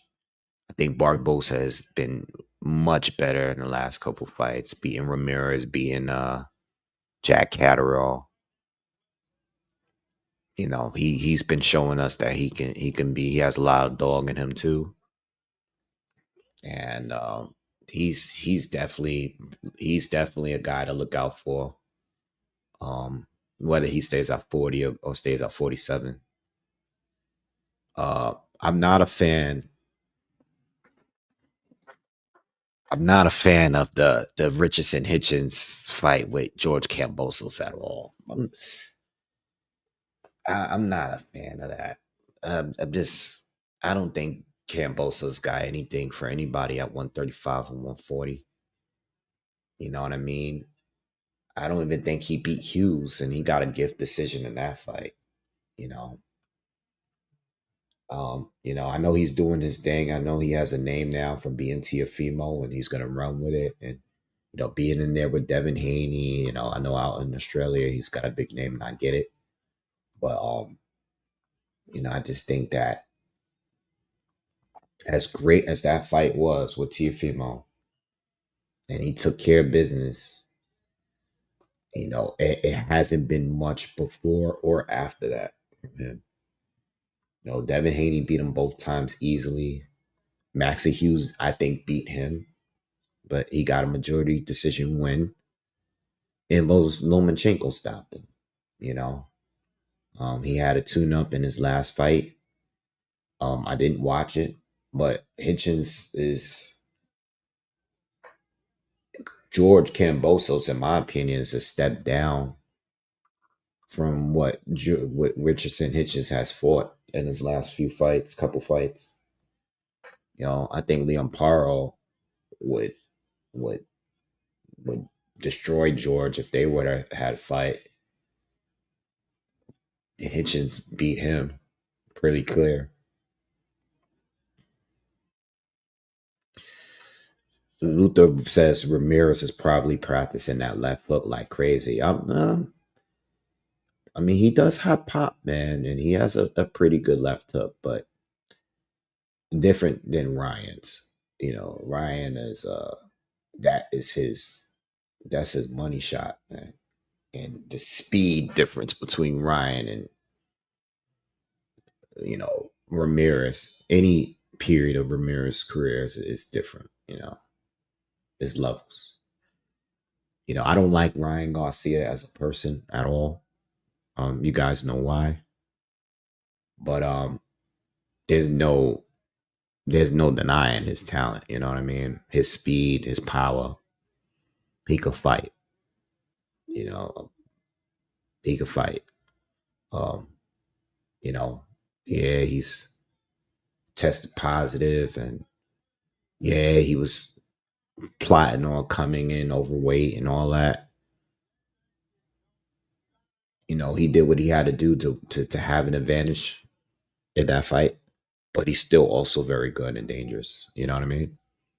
And I still believe that the rematch, even if they come in agreed weight and all of that, he makes the weight and all of this stuff. If he is clean, I still think it's a dangerous fight for Haney.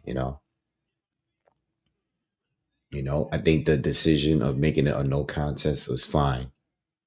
Um, but I think it just should stop there. I was never really a big fan of him suing Ryan. I mean, do what you want to do, but I'm not going to defend Ryan. But at the same time, I'm like, the no contest was good enough, like, and that's it.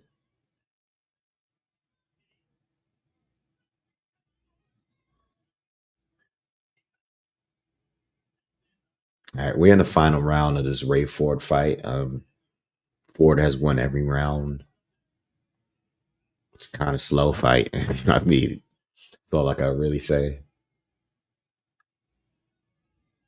This is why I'm jumping into other topics now. Um, I saw Tszyu. I did watch that. Um, it was too easy of a fight to give a proper assessment of where Tszyu is at. What I will say is going into the fight, obviously I took a break, so I didn't do any breakdown. But what I wanted to see from Tim is him to stay poised, him not to fight a reckless fight. I wanted him to respect his opponent, even though I knew his opponent wasn't on his level. Joey Spencer was a long time PBC prospect that was just looking good against scrubs, but looked poor the first time he stepped up. I wasn't expecting much from him. But also felt like if Tim didn't respect him, then Tim might, I don't know, not lose, but maybe look bad in the fight. I don't really know. He did get caught with some left hooks, but Joey didn't have the power. I mean, Tim didn't even look like he was in a fight. His face was like completely clear.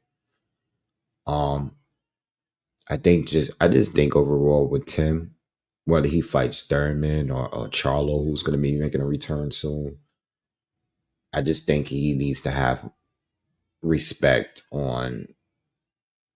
Oh, now Matisse wants to rush him and act like he wants to fight now when 20 seconds left in the. Now Matisse wants to fight.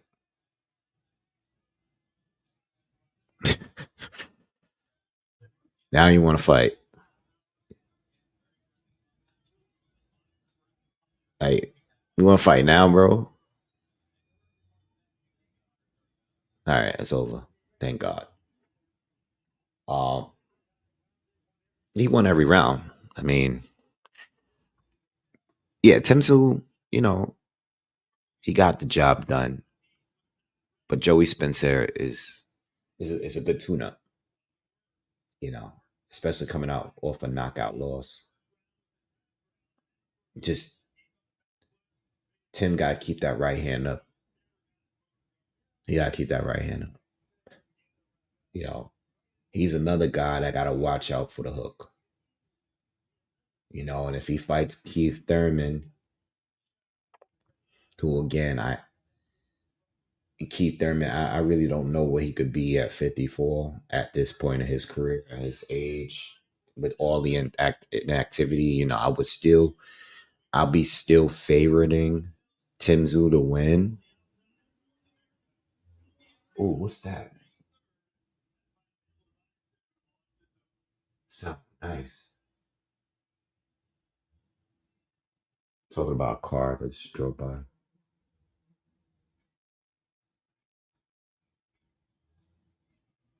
So good. Um, what was I talking about? Yeah, every time I hear something like a car, I'll be wanting to look at run. I'll be running to the window like a little kid. I'll be running to the window, being all nosy, trying to see what kind of car it is. What's up, not me? What's up? Tszyu. Yeah, I just think that he has to have some respect for the opponent. You know, I think he had been so dominant for a nice streak of fights to where he just was just getting into these fights and just going into these exchanges thinking that his power was going to be more than just enough. And he found out real quick in that last fight, you know, against Bakram. You know, because even though he had lost to Fundora, everything was all about that cut from the elbow. You know, so even though he lost, you know, it was like a respectable loss. Like, you know what I'm saying? Like everybody knew, you know, he couldn't see and whatever. But Bakram really humbled that dude. Like he destroyed that dude. And you know, I'm just hoping that, you know, regardless of who he faces, I think he should just have a little bit more respect for his opponent. You know. So Maiden Event is up next. Gonna interview. Hold on, I just want to listen to this Ray 4 interview real quick.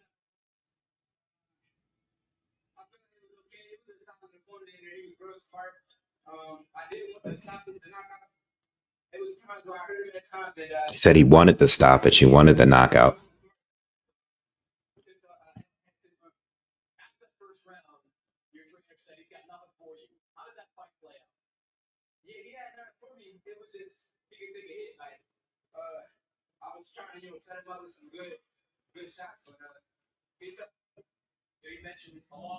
So he basically says the opponent was tough. He was smart. Yo, is he doing donuts? Hold on.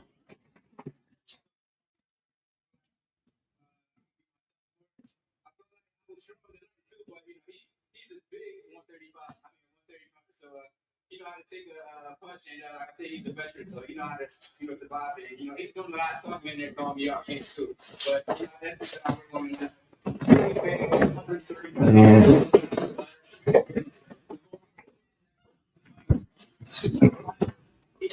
Regular 3 Series parked in the back.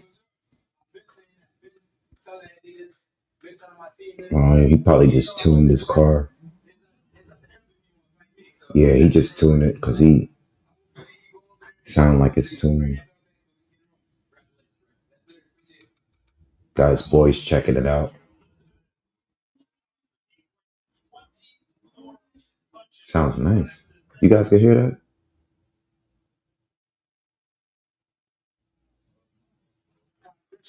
Whatever.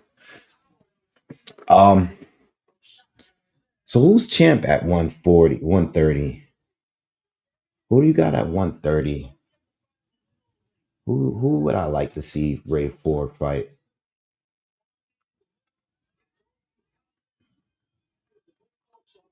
Let me see. Who's at 130 that I want to see him fight?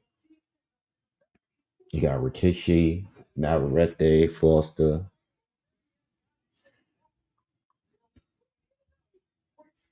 feel like the Foster fight would be boring. That would be a boring fight because of the styles. It'd be an ultra chess match. I don't really want to see that fight. I want to see him fight Navarrete. That would be a good fight. That would be a good fight. Or Rocky Hernandez. You know, Anthony Kakachi. Isn't Kakachi gonna be fighting what's his name? Lee Wood? Yeah, they fighting in May. So that fight ain't happening. I like the Navarrete fight. That would be a good fight.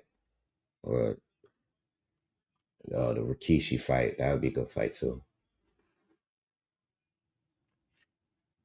What's up, Elements? What's up? Philly said I'm about to get some donuts delivered.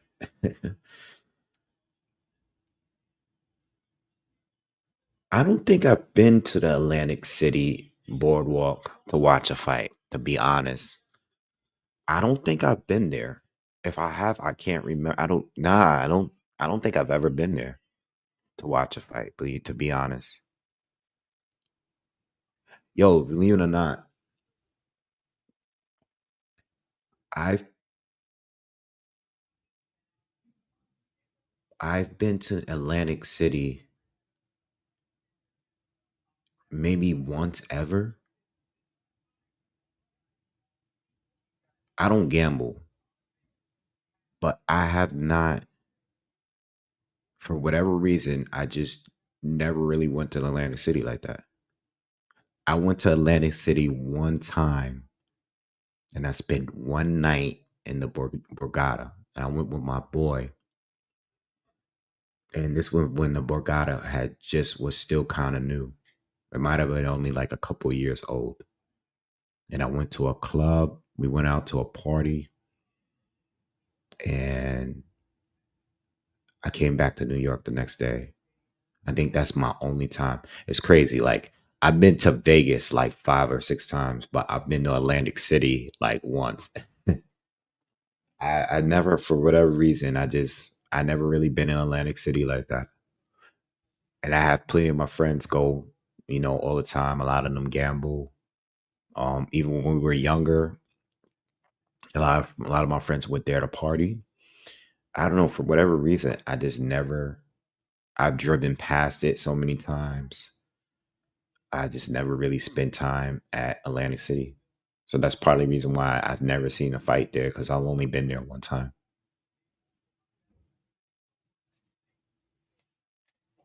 So we're just waiting for the main event to start. Um, like I said earlier, I put a little bit on money on Boots to win by stoppage.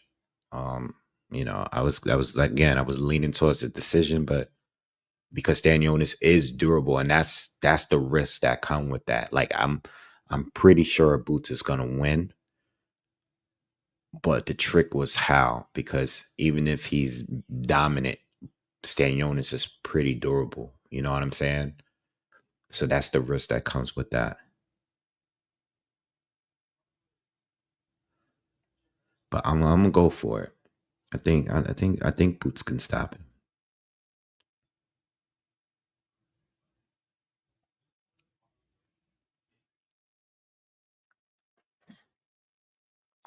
Anybody here got Stanionis winning? What do you guys think in the comments? Anybody has Stanionis winning? I haven't. I've been going through my comments, and it seems like everybody's either picking Boots to win on points. I think the debate is whether is he going to win on points? Is he going to win on a stoppage? I've been getting mixed views on that. So I would say he doesn't see Daniels getting knocked down.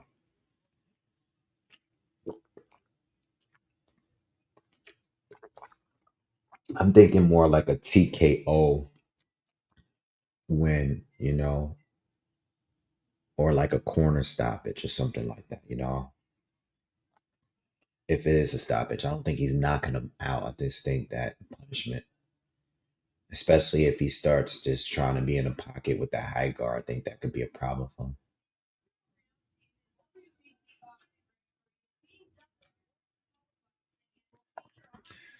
What do you guys got? We got Boots on points. Brandon said Boots will break him down. He's gonna look better in this fight, I think, than he did against Shukojan.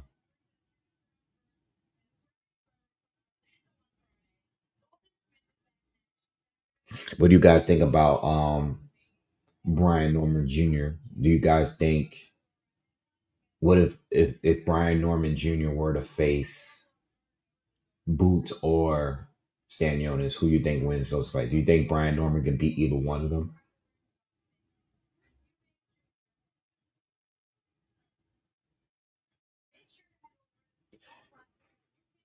XC Runner said Boots will get knocked down, but we'll pull it off. Said it will be very close. Okay. Okay. Hit the thumbs up, y'all. Hit the smash the like button, man. Appreciate it.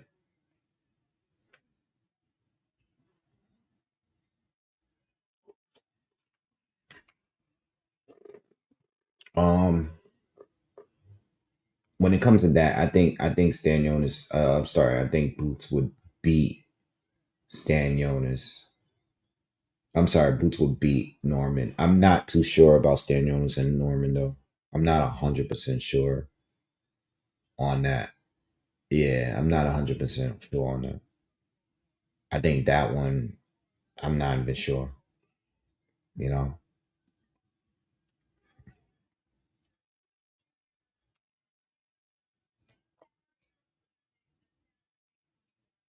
Brian does have power. He does have power, but I think Boots got power too. Let's not forget that. I think Boots is a better talent to me. Luther says too long of a layoff for Stanionis. Yeah, one fight in the past, what, 3 years? 3 years, one fight. This will be his second fight in 3 years. So it's a good point. That's another point that I was thinking when I made the breakdown. Stanionis fought Butayev, and then everything just went downhill after that. The injuries, you know, the breaks. He fought Gabriel Maestre, who's a good amateur. But just not gonna cut it. Yeah, I got Boots by KO or TKO, probably late in the fight. They're right on time because they said the ring walkouts was gonna be about 10:30. That's about 15 minutes from now. So, you know.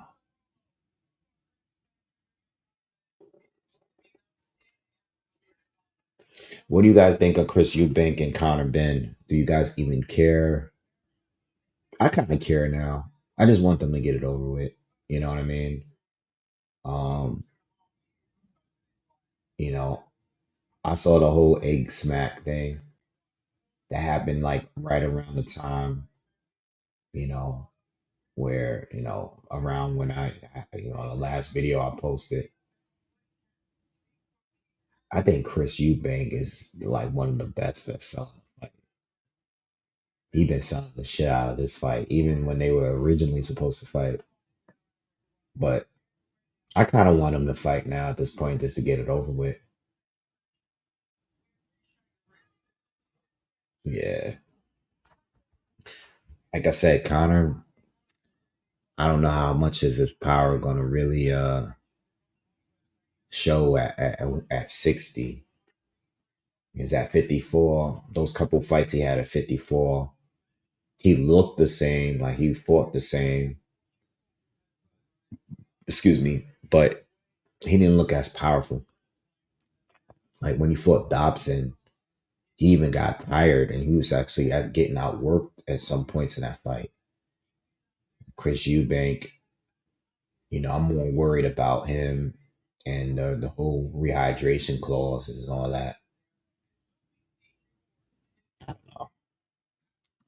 I want to watch it. I'll probably go live for it, but I'm not like crazy about it or anything like that.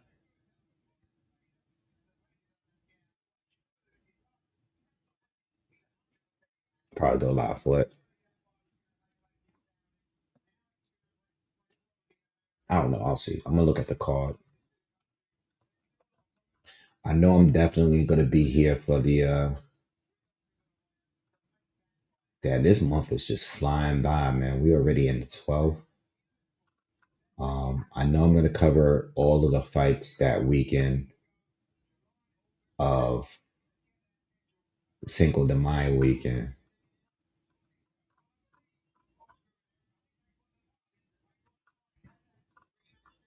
And then what's after that? The 10th, Narate's fighting.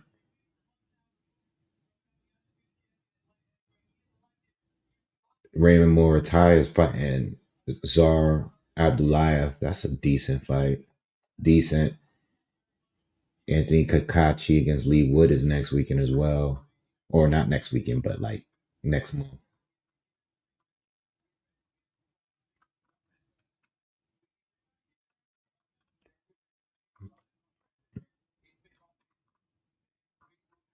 I mean, it's not no major fights. Like after the Cinco de Mayo weekend, it's nothing crazy, like I do like the Gerald Miller Fabio Worley fight though. I ain't gonna lie, I kinda like that fight. I do. I do like that fight. I think Gerald Miller is always gonna be kind of dangerous to fight. Um, because it really depends on how he's durable and he's high volume, a lot of pressure. So if a guy like Fabio Worley, who is known to gas, right? If he can't hurt Gerald Miller, I can see how that fight could be a problem. But Fabio Worley put a whole dent in this dude's face last year in the Frazier rematch. Like that boy can hit hard. Yo, Fabio Worley is a puncher for real. That should be a good one. I wanna see that fight. I thought the press conference was kind of corny though. It was a little bit over. Like, Gerald Miller gonna do whatever he gotta do to sell a fight. So he was making it seem like he wanted to fight this dude because I guess he made like a diss record against someone, something stupid. I'm like, Fabio was like, yo, I don't even know what you're talking about. I have no idea what he's talking about neither. She said Bacoli against Ajaba will be fun to watch, even though Ajaba I did speak on that fight before my little break. And I said, even though I got Bacoli winning the fight, I still don't think that he should sleep on a jog. But I mean, the dude got one big right hand though. Like, you know what I'm saying? Like, you don't want to get hit by that guy, but he's very, very limited, and he hasn't improved that much over the years. Ray Ford won every fight, won every round. He won every round, won a decision. No knockdowns, just beat him up every round. But I think Bacoli gonna win the fight. But Bacoli is very easy to hit too. You know what I'm saying? And now we know he could get knocked out. You know what I'm saying? Even though I know he got off the couch for that Joseph Parker fight and all that, but still. Right now we just waiting for the main event. Should be starting soon.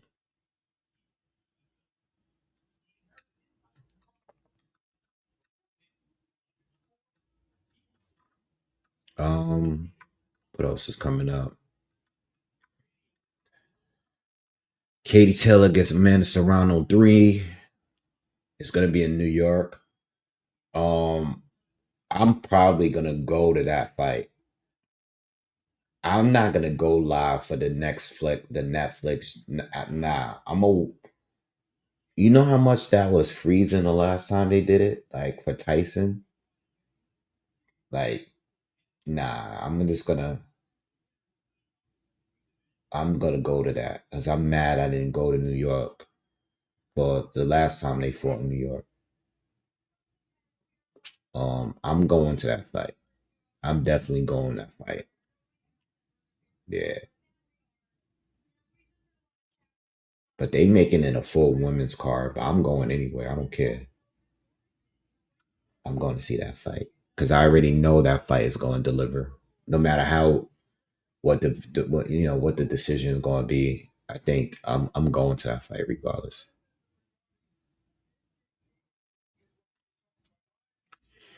Yeah, bro, solid. He's too stiff. Like pause. Um, he like whoever said earlier, Philly Tree said he's a tree. And Frank was doing all the movement. Too slick for him. Too slick. Uh,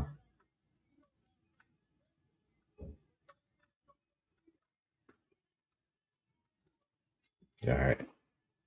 Jerron looks ready to go. Looks like he's getting ready to come out soon. I'm sure Stanionis is going to be coming out first.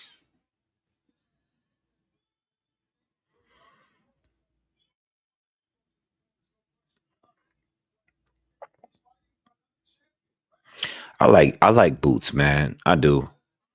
I think all the criticism a lot of it is based on what he and his father has said. You know, it's just too many inconsistencies, and I think people always go back to what they previously said when it came to Bud. When it came to Virtual Ortiz. You know how the fans are. Like once you say something and you don't stick with it, that's when people get you. Sometimes you say things you don't really mean, just saying it at the moment. You know, bring up going up to 54, did not go. People gonna call you out on it. That's just the way it works. You know what I mean? And when you don't show up in certain fights, people are gonna criticize you. It is what it is. You know what I mean? It is what it is. But I think it was a great thing to go over to Matchroom because he's had the opportunities to put his name out there. Because when he was over there on Showtime, he was getting the buzz, but what I mean, it wasn't really he wasn't really getting any fights like that. Um, but he's good. I like him though. I think he's good. Um, yeah, I don't think he was better than Bud, but I really wanted him and Virgil to fight each other. I mean, this is the next best thing, this fight tonight. But I really wanted him and Virgil to fight each other at 47. I think that would have been perfect, you know?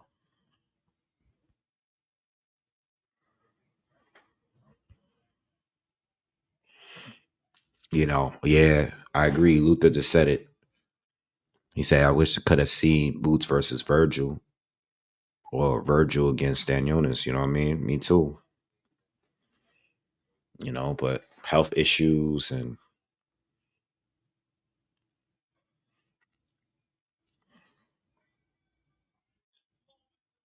because back then, like, we was making mad content talking about Boots and Virgil Ortiz. Yo, another thing is too, and this is why I don't be on Twitter like that or X. This is why I don't be on there. I mean, we were talking about YouTube earlier, being about like a bunch of clowns on YouTube making content, fake news, stuff like that. But Twitter is 20 times worse than YouTube. These pictures of him going around looking super drained, looking like a skeleton. Yeah, he looked fine at the weigh-in. He looked like Boots looked good at the weigh-in. They both look good at the weigh-in. But the picture that was floating around on social media made him look like he was like ultra like drained and all that. But he looked fine at the weigh-in. That's why I don't be on Twitter like that. I use it sometimes to interact with people or whatever, but Twitter is like the messiest place when it comes to like everything, not just boxing, but politics and stuff like that. Like Twitter is the worst. Like Twitter is like the graveyard of social media. Like it's nothing good on there. There's nothing good about Twitter. It's just fun, reckless. Just say go in there and say whatever you want to say. You know what I mean? Like it's like ratchet, just whatever.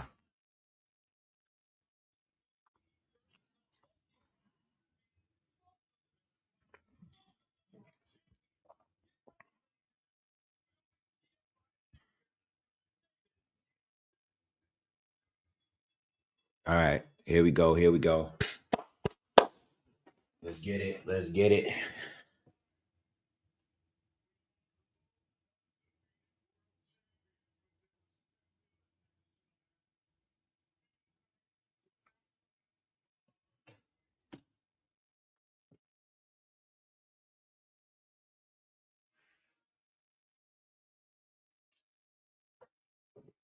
All right, they doing the national anthems and all that.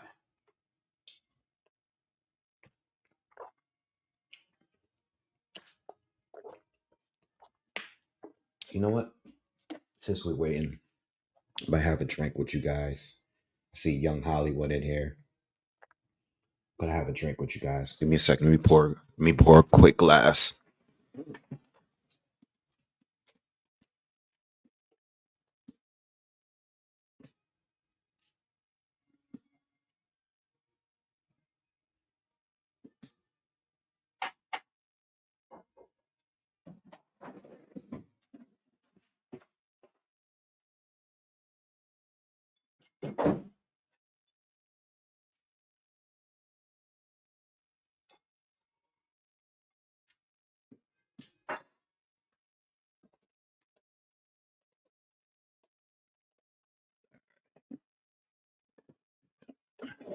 Got me a little bit of Japanese whiskey.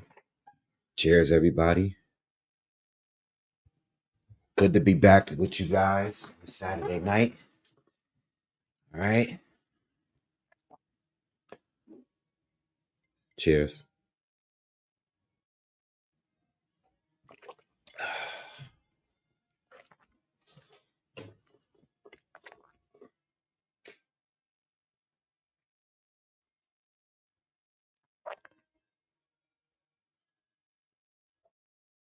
Should be a good fight. I think Stanionis, I'm expecting him to come out fast, though.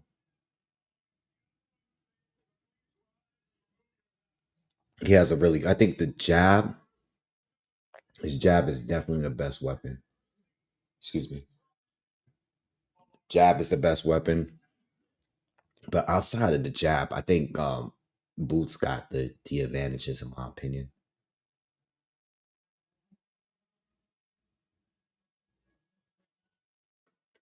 Oh, here we go with the spam.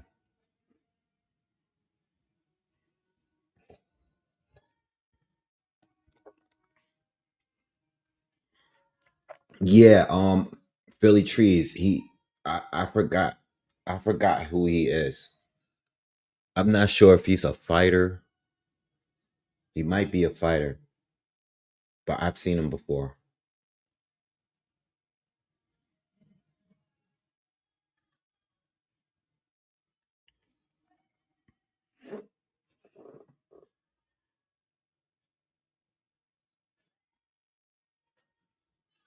Let me see how she sounds.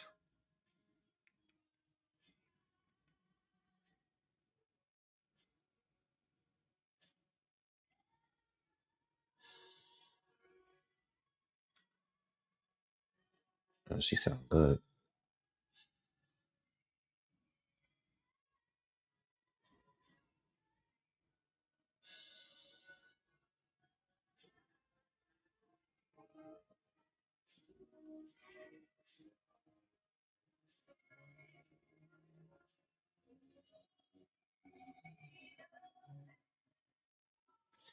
Ticket prices actually weren't bad for this too. I think like ringside was like, I think I checked like 2 days ago. Like the most expensive tickets were like 500. The most expensive ones. This is like I think Thursday evening, and like the other floor seats were like 350. That's pretty good. Those are the ones that I'd be jumping on.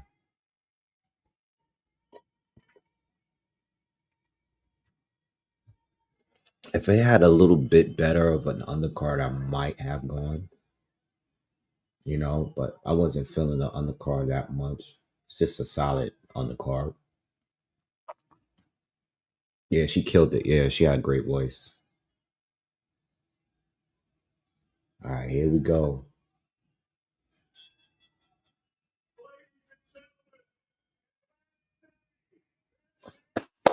All right, let's go, man. Let's get this fight. Unification at 47.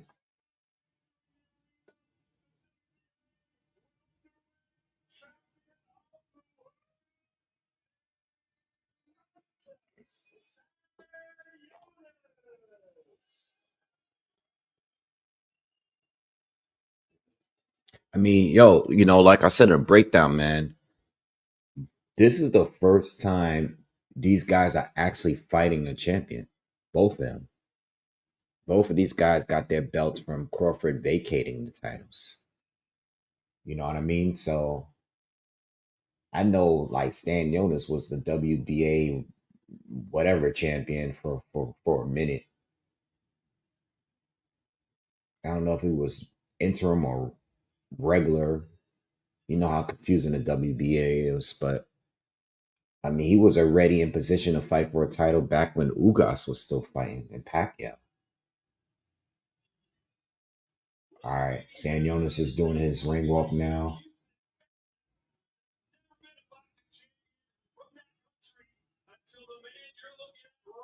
That's pretty dope, though. Being the only fighter from your entire country to ever have a world title. That's pretty fire. I like him though. He's cool. Like he gives pretty good interviews too this week. Like I like him. He's good. His English is good. You know what I mean? Like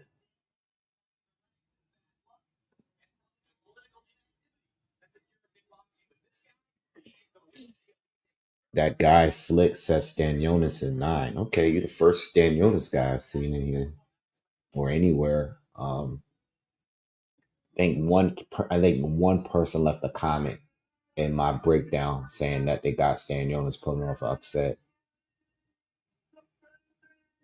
I mean, I love me a good upset,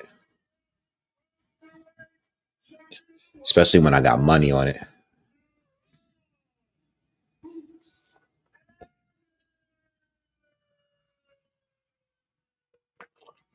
All right, here comes Ennis.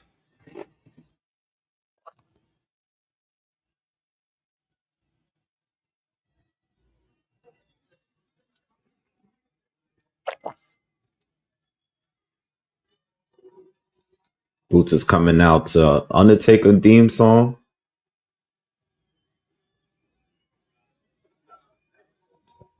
All right, now you can't be coming out to the Undertaker song. You gotta get it done. He coming out to the Undertaker theme song. All right.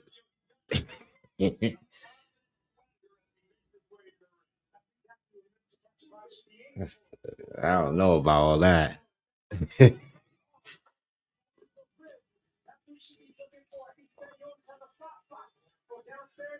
They're showing the whole walk from the dressing room, y'all. This is not like the ring walk. They really hyping this up. Oh, now the music's coming on now.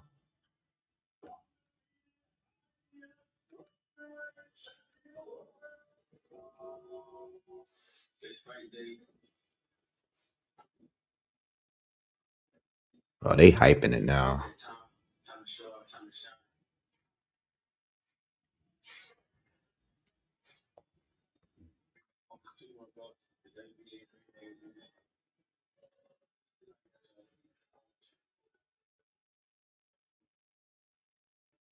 Yeah, right. He got music playing now on his actual ring walk though.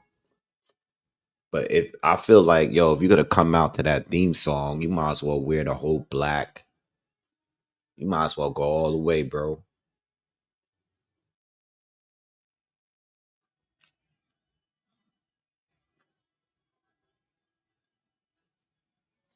All right, he comes now. He's walking out. Finally, here we go. Here we go.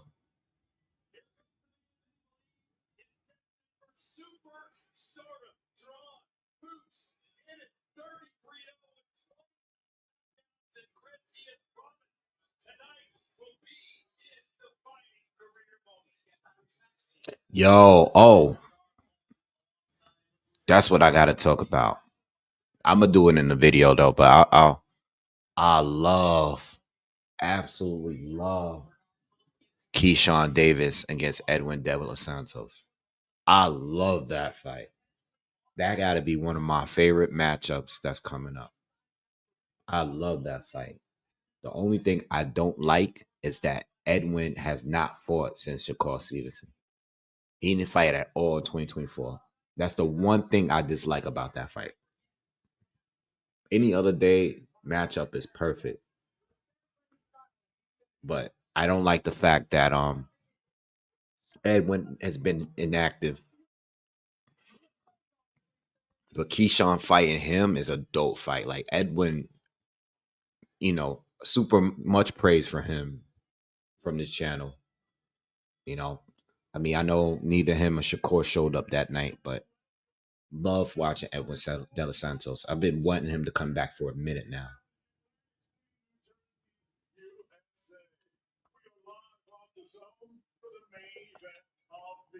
That's good. That's a great matchup, though. Yeah, Keyshawn has been, you know, Keyshawn's looked like a really bad dude the last few fights, man. All right, both fighters are in the ring. Here we go. Let's get it.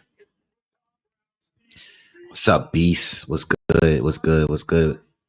Big dog.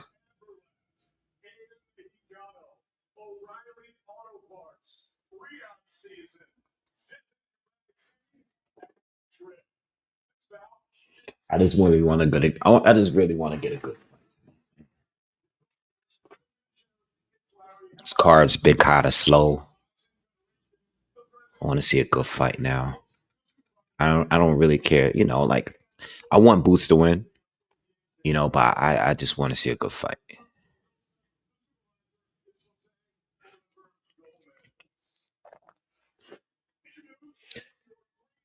I actually was just in Philly last week.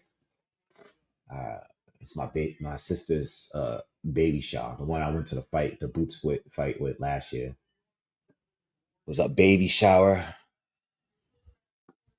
last week. Had a good time. All the family was out there.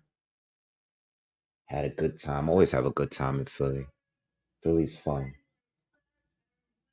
Probably go back out there when it gets a little warmer.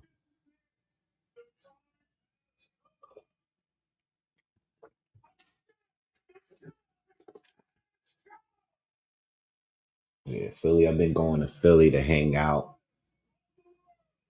since what, mid 2000s, 05. Taking that trip down there. Used to go to the clubs out there, get a hotel, a bunch of us, get a hotel room, just party, stay out there for the weekend. Philly's a good time. Bar hop.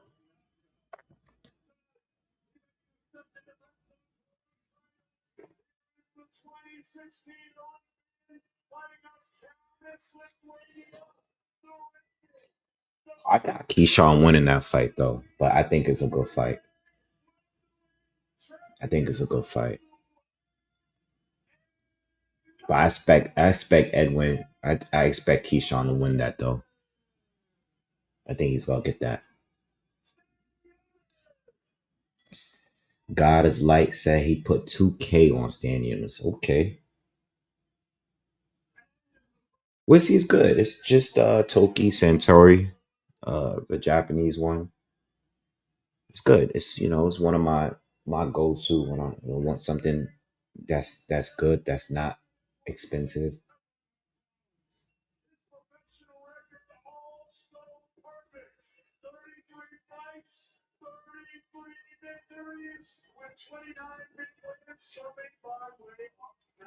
I recently tried a whiskey from Peru that's very good.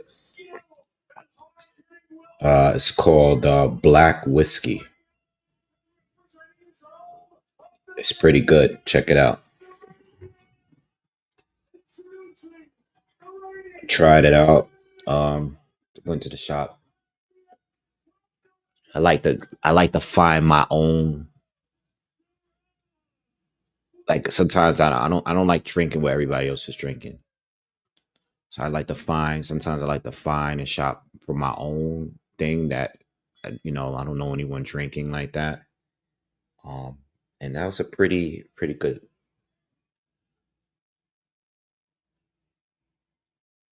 I like to get my own. I like to try out new stuff. Everyone treat myself to a bottle that's like, I might just go in the store and spend like a half hour in the store and just try to pick something out that's new. All right, they touch gloves. Let's go. Let's go. Let's get it. Let's get it. Oh, good question. Is it volume or proof? I think this is it's volume. All right. Here we go. Let's get it. Round one. Round one. Drawn in is starting as a righty. Stanionis coming forward and is using his jab.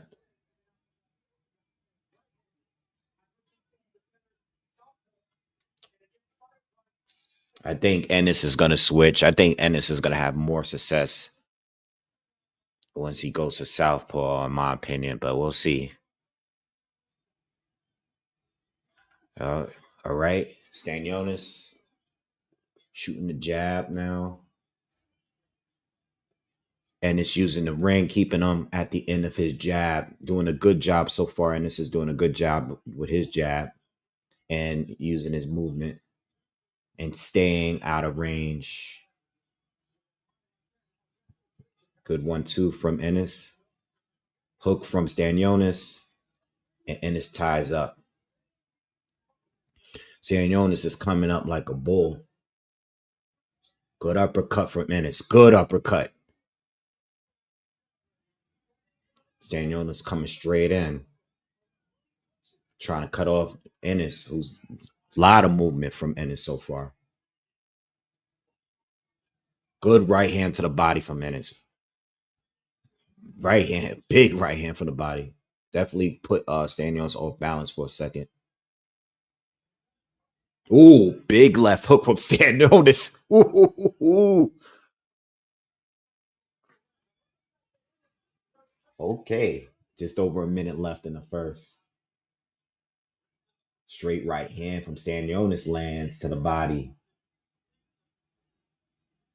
The crowd is into it, man. I'm into it. This is the best. This is the most action we got all night.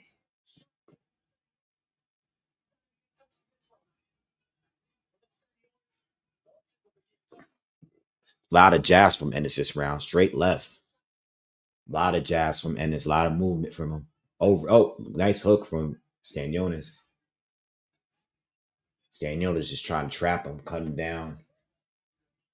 35 seconds to go. Good first round so far. Most action we've seen all night. Straight left from Ennis to the body. Stanionis touches him with a hook, but combination from Ennis. Boots got his hands down, throwing the combos. Most of them getting blocked by Stanionis though. Stanionis got that high guard. Nice left hand counter from Boots. Another left hand from Boots. He's picking Stanionis apart with that high guard. Good round. Good round. Good round. Good round. That was a very good round. Boots for me. Let me write this down just in case this fight gets close. Good round though. Fun round.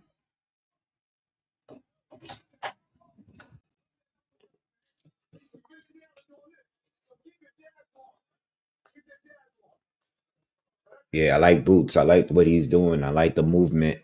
We got some good counters from Stanionis though. Yeah, Stanionis didn't throw that much, but he did land some good clean shots in there, especially with the left hook. Yo, hit the thumbs up, everybody. Please, everybody that's in here, hit the thumbs up. Let's get over 100 likes real quick. Appreciate it.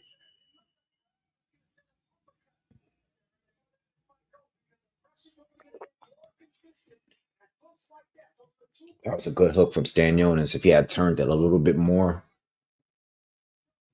got him with the knuckles. All right, round 2. I gave the first to Boots. Good round, though.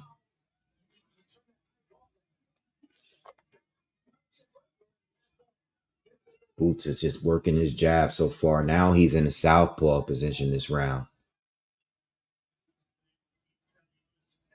He's just popping the jab. But a lot of these punches are not getting through. Stanionis lands a left. Stanionis has been able to land once he gets in range, but Boots has been doing a good job staying out of range for the most part. And now tying up once they get. Doesn't look like he's fighting smart so far. Good uppercut from Boots. Didn't land completely clean, but nice shot. See Stanionis smile from it. Ooh, good straight left from Boots. Boots is just, he's having a good moment right here. It's that Stanionis high guard. Stanionis is trying to tie up and hit him with that free hand. But Boots been doing a good job defending on the inside. Halfway through the second. Boots still keeping it rangy, still southpaw. Still starting to showboat a little bit, feeling confident. Straight left to the body. It's been all Boots. Boots is starting to take over. Ooh, Stanionis caught him with a hook.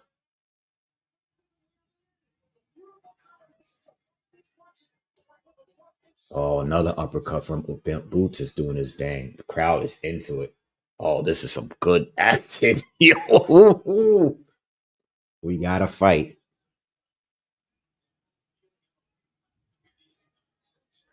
$50 seconds to go on the second. Starting to see some redness in Stanionis' face. He's been taking some hits. Another uppercut. Boots is with the uppercut. That's been the punch. And Stanionis is smiling every time he lands it. You can tell. He's got to be a little bit frustrated.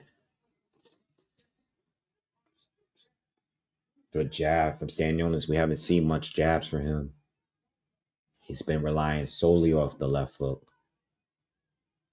Boots has switched back to righty.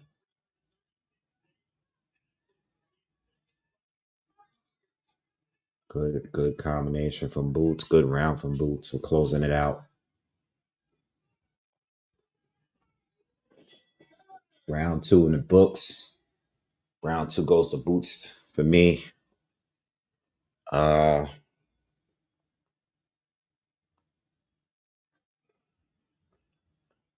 Stanionis has his moments, but the volume is low. Boots is doing a better work. Let's see if Boots can. One question is, can Boots maintain this pace though? He's connected, but he's not. He doesn't seem like he can. He hasn't hurt Stanionis yet, and he hasn't gone to the body that much.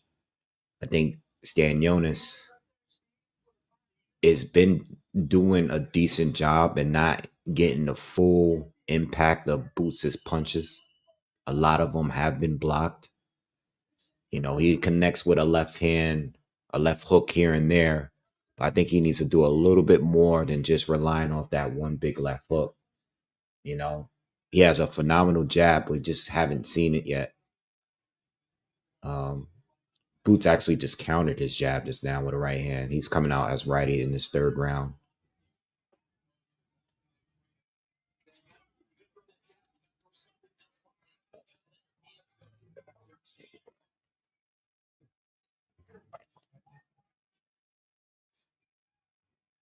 Stanionis is starting to use the jab now. Uh-oh.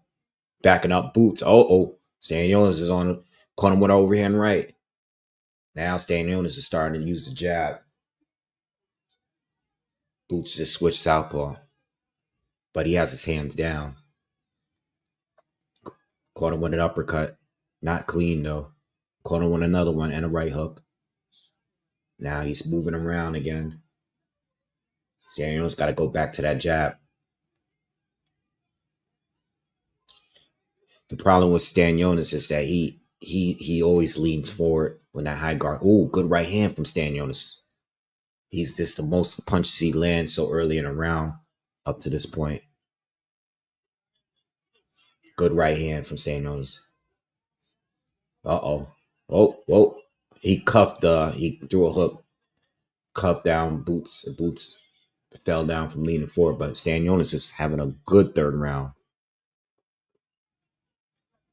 Another nice counter jab from Stanionis. He's winning this round so far in this first half of it. Another jab lands for Stanionis. Another jab lands for Stanionis. Oh, uppercut counter from Boots. Just over a minute left in his third.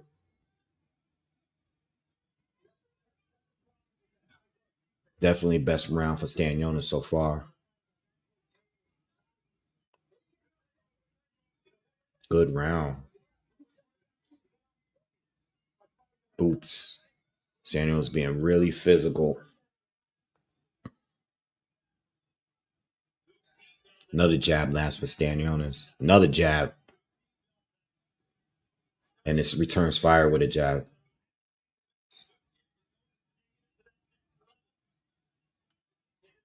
Now Boots is on the inside when they're trading. Oh, they both exchange. Stanionis landing a right hand, but Boots landing a left, and that seemed to bust Stanionis a little bit harder. Boots is training with him, but he's taking shots. This is good. This is a good fight. This round here is a good round from both.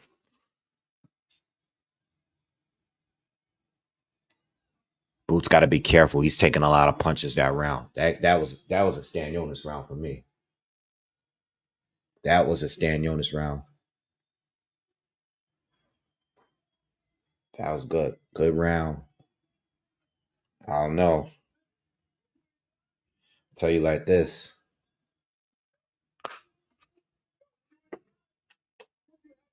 Yeah, his pops is trying to tell him, yo, you in this inside, and when you're throwing, keep your hands up. Boots is one of his flaws. He relies solely off his reflexes, and at this level, it's not going to really work for you, you know? This is what I said in the breakdown. He needs to start letting his hands in these exchanges. He has to be worried about what's getting thrown back at him, you know? All right. I got a 2-1. I got a 2-1. Luther, I agree with you. I agree with you. You know, I know Stanionis is getting hit, but he's at least trying to keep the defense tight when he's exchanging, where Boots, his hands are never up. They're never up. Nice uppercut from Boots to start this fourth round. Chris Mannix gave all 3 rounds to Ennis so far. You know, I thought the third round was close, but I gave it to Stan. Nice body shot from Boots. Nice right hand from Stanionis. Boots is starting to dig up to the body a little bit more.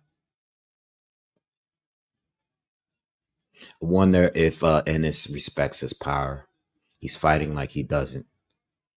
He's taking a lot of hits, but he's fighting like he doesn't respect Stanionis' power.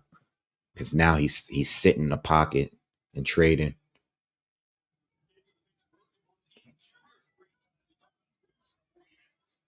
Good hook from Ennis. Oh, nice. Oh, now he's showboating. He's dancing. Ooh, nice left hand to the body from Ennis. Ennis is just taking full advantage of that high guard of Stanionis, especially to the body. He's having a good fourth round halfway through so far. He has to be careful, though. He has to be careful. Oh, good straight right hand from Stanionis. That's exactly what he needed to be careful of. Oh, nice one nice left from Stanionis.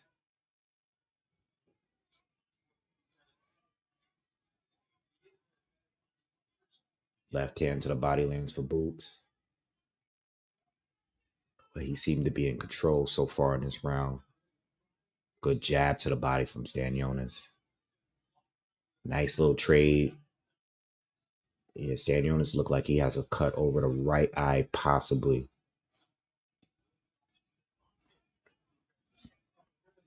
This is good fight. This is good boxing.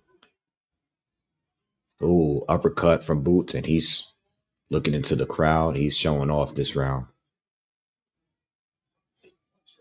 He's taking.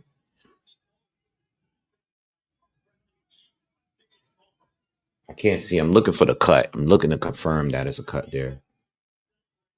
Boots is showing off. He is showing off in there, y'all. He's slipping shots with his hands down and dancing. He had a great round to bounce back from that third. Great round for Boots.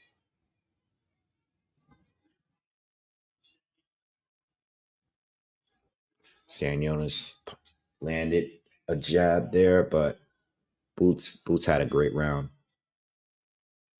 Got a 3-1 for Boots. Armando, what's up? Was good from Mexico. Mexico in the house.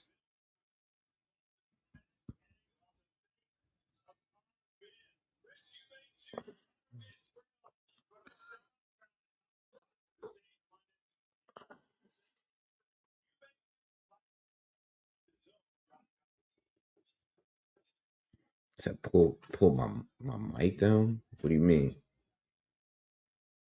Oh, you funny. That was good. I didn't get it until you said. I'm like, what are you trying to see the belt? Then when I pulled it down, I saw that the fight shows a little bit on the TV. Yo, Chad, what's good, bro? It's good, Chad. My brother right there.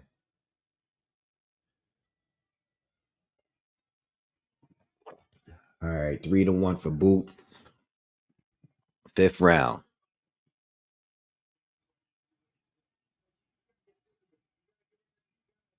See what Stanionis does here, because he's still, stationary target.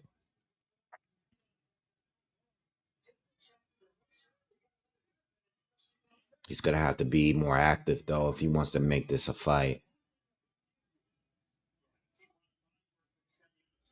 Yeah, like Stanionis has a cut, but it's a very small cut. It looks like on the outside part of his right eye. It doesn't look like it's anything that's affecting anything.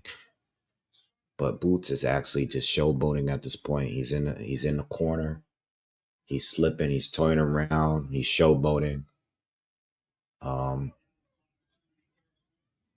Stanionis is trying to be physical in there.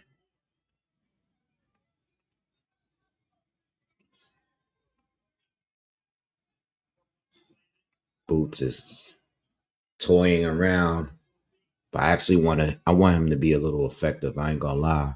Oh, good overhand right lands for Stanionis, and he hits some of the body. He's having a good round. He's being a bull this round.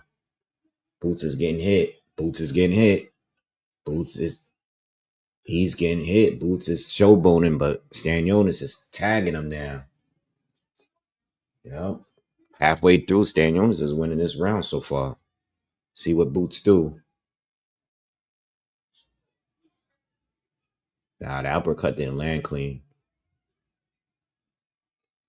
Boots back to southpaw.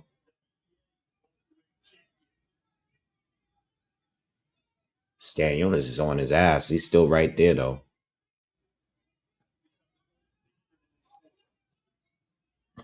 Good left hand to the body from Boots. Stanionis just landing 2 jabs and a right hand. Yeah, he's winning. He's winning this round so far. Good overhand life from Boots. So that hurt. That hurt. Stanionis, that hurts. Stanionis looks. He's buzzed. He's bleeding. Yep, he's bleeding from his nose bad. He's hurt. Boots got him. Boots got him. He might. Is he gonna take a knee? He's going to this body. Stanionis is hurt. He's fighting back, but he's hurt. He's getting busted up.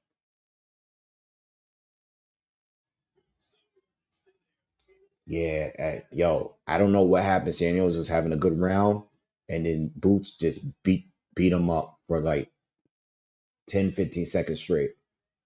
Uppercut from Boots. He's showboating. He's back to damn. I mean, that was Stanionis' round until he just got beat up pretty bad. He got beat up and he got hurt. Boots got that. He got that. He got that.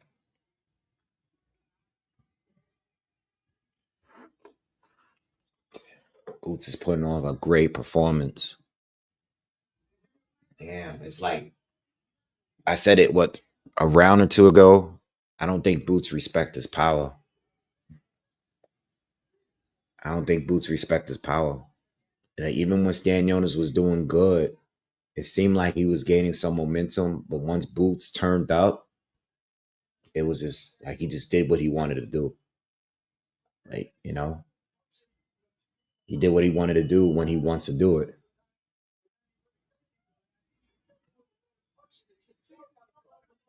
No, he's beast. He's hitting them. You know what I'm saying? Like, he's definitely hitting them. But what I'm saying is he don't have the same effect that Boots have when Boots hit him. It's different. Boots, he shows both a little too much. He starts to get hit. What's going on? Something happening in the outside the ring. Something happening out there in the front. Everybody's standing up. Something's going on. Oh, good right hand from Boots. Good right hand from Boots.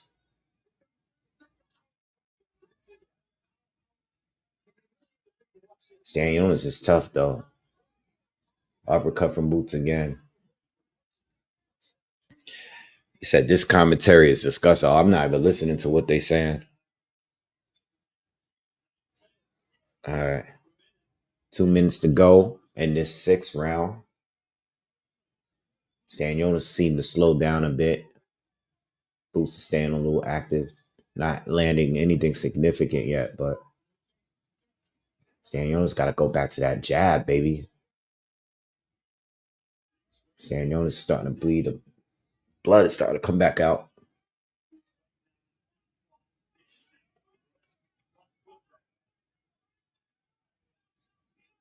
Good jabs from Boots.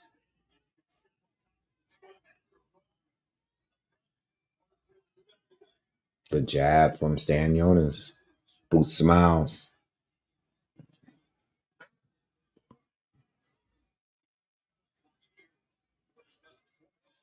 Boots doesn't respect his power. I'm gonna tell y'all right now. He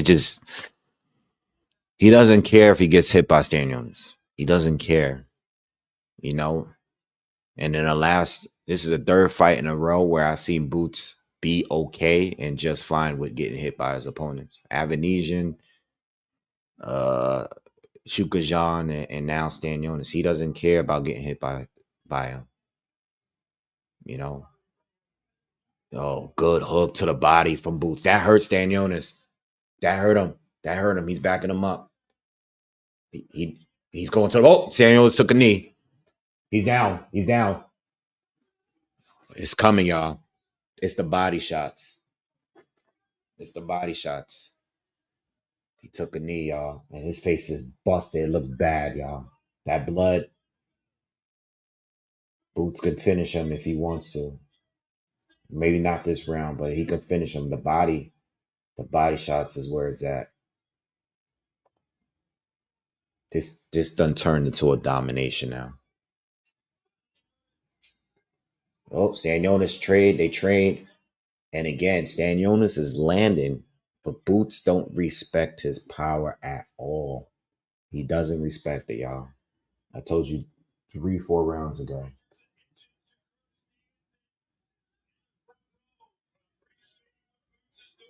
Hitchens and Shakur in the front row. Shakur there with his family, his little girl, his wife. Stanionis is busted up. His eyes damaged, nose broken.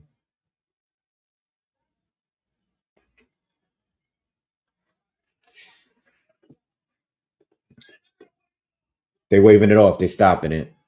I wasn't gonna say nothing, but I saw the ref going into his ear. I, I mean, that's his corner. It's over, y'all. It's over.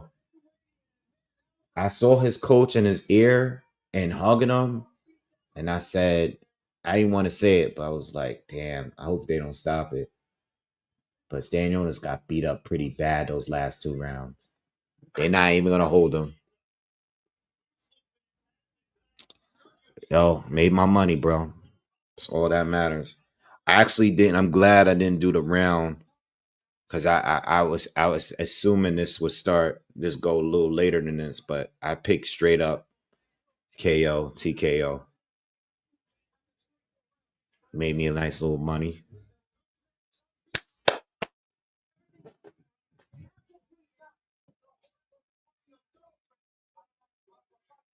Stanionis.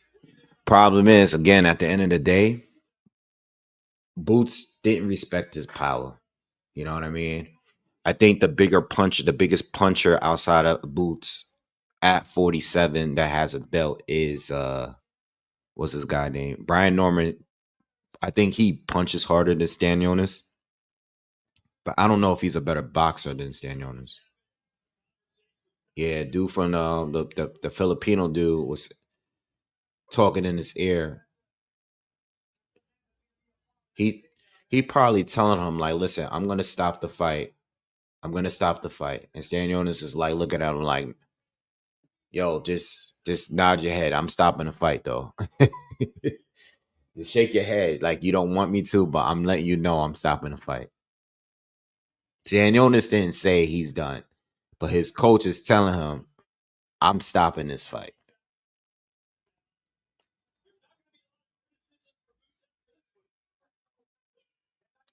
Oh, how many likes? Yo, get these likes up, man. Y'all fronting on me tonight. Y'all fronting on me tonight.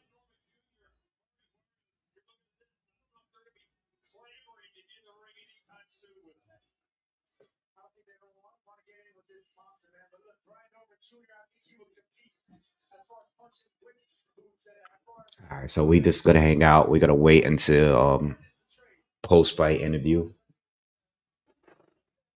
We know Boots, and at this point, he says he could make 47 easily. Um, you might as well listen. You might as well go for undisputed at 47, and it's not like they can't make a PBC fight. Tom Brown got on board. They were able to make a PBC fighter come over there and fight. Brian Norman is with Top Rank.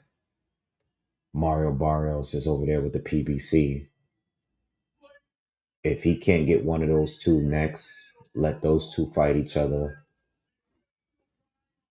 Let the guys at 54 do what they got to do. And then move up and try to go for a unification match on your first fight up there.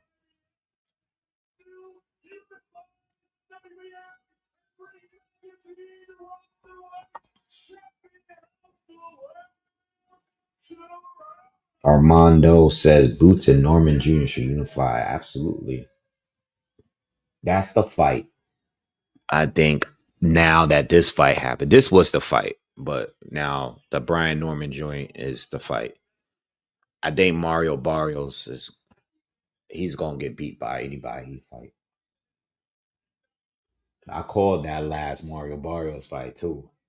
I called the draw. I made money from that joint.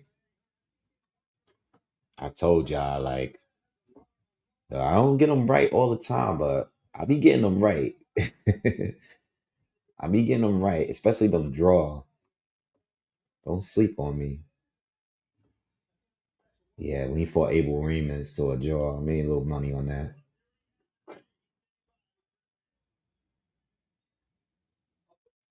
All right, here, hold on, hold on.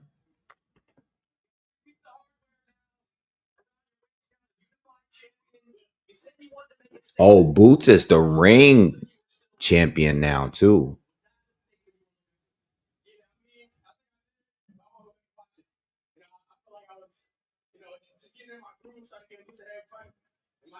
Yo, Boots, that was the performance he needed. I told y'all the Shukajan fight was a stylistically was worse for him than Stanionis. Stanionis is too stationary.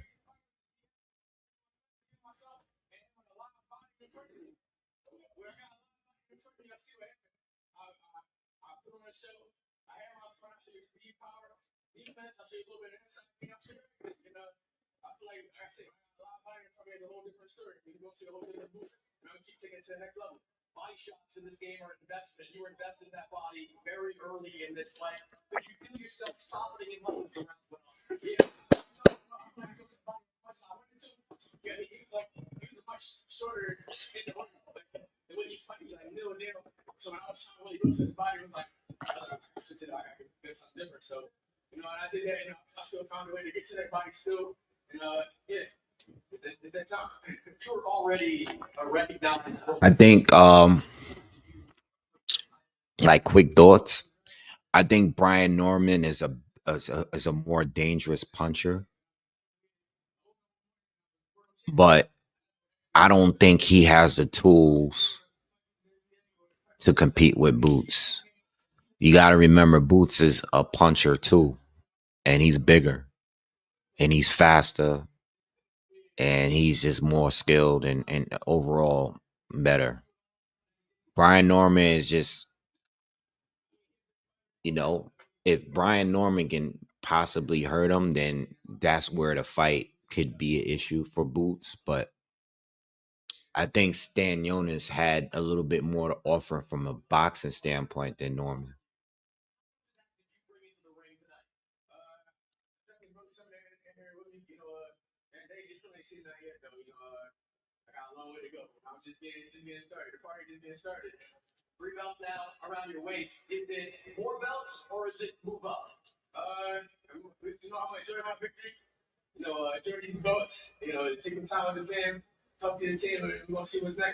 So Boots ain't say nothing about moving up or getting more belts. He says I'm gonna take the time off.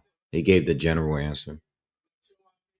He don't want to make no mistake by saying anything that's gonna make people come at him later, like the last fight. He ain't called nobody out. Nothing.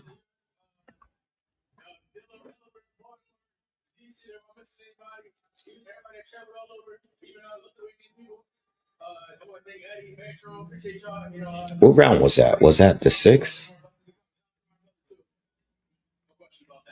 It was after the sixth round.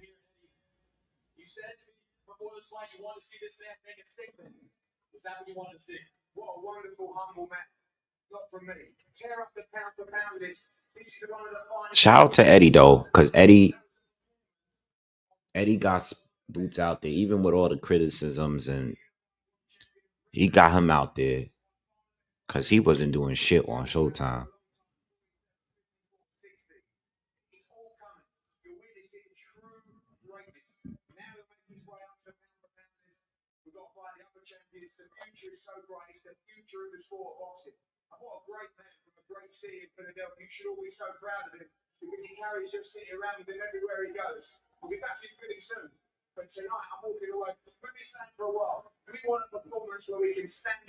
Yeah, you know what's gonna happen though? These guys, these guys are gonna want a bag in order to get in the ring with him. Aquia, what's up? What's up, girl? uh, they're gonna want a bag to get in the ring with him.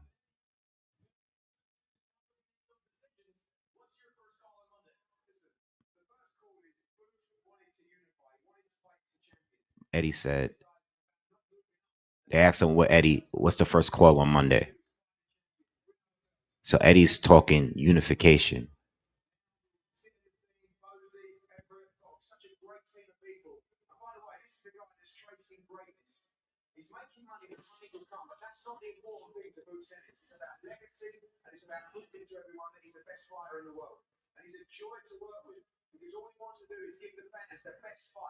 My thing is this: is he still with Matchroom, or because he might have to go to the other platform in order to have these unification? And if he has to do that, that's fine. I just want to see these fights though.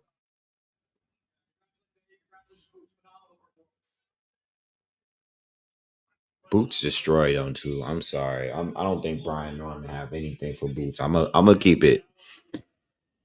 I'm gonna keep it a stack. I don't think Brian Norman have anything for Boots, and I don't think. I definitely don't think Mario Barnes have anything for Boots.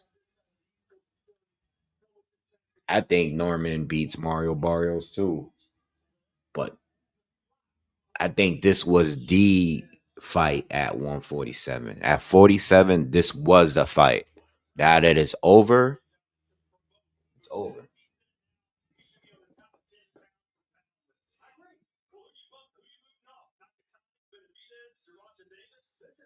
I'm not doing all that pound for pound stuff though. I'm not with all that. Like I'm not with all that pound for pound after every other fight. Nah, I don't even know. I haven't even thought about a pound for pound list in mad long. I don't know. I don't know about all that. I don't think this automatically puts him in because I have to take someone out in order to put him in a pound for pound. But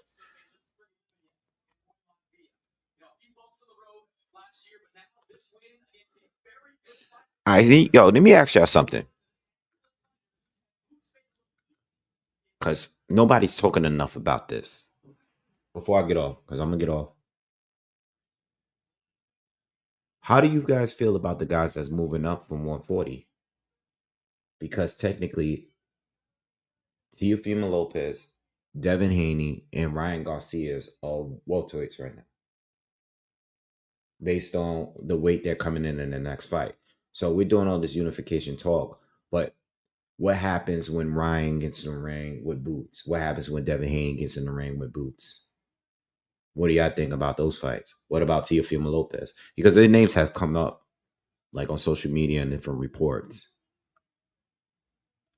What do you think those guys do at 47 against a guy that's clearly bigger than all of them? Ryan can come in overweight. He's not going to be bigger than Boots. Neither is Devin Haney. Those guys are small compared to him. Do those guys even compete with Boots at 47? I don't think so, and I never thought that. I just think that a lot of that talk came from his performance in that rematch. I think when he had that rematch, everybody started talking crazy. But I'm like, yo, you got to look at the full scale of the thing. The guy moves really, really good, has some good angles, didn't have no power, but at the end of the day, it was just a bad style for Boots. And he's not a style that he prepped for. I don't want to just think that everybody could just beat him, which is pretty much what happened. I think those guys that's moving up from 40 have to prove themselves at 47. I do think they will beat Mario Barrios, though. I feel like I'm just shitting on him in this video. I think all of those guys beat 40 Mario Barrios. I do. But when it comes to the other dudes, I kind of don't know. I kind of want to see what they can do at 47 before I just sit here and jump out the window and say, those guys are, they're welterweights now. You know, and I know we have to wait and see how they look in their first fights up, but at the end of the day, they are welterweights, and none of them are fighting welterweights.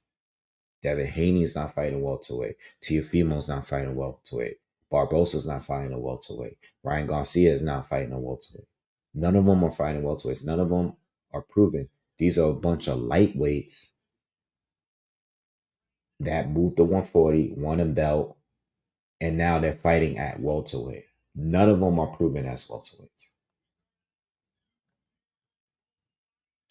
MAW, what's up? Yes, that is the best fight on that card. And that's what I was saying earlier. Teofimo and Barbosa to me right now is a 50-50 fight. Legitimate 50-50 fight. Legit. He has the toughest task at hand in that weekend.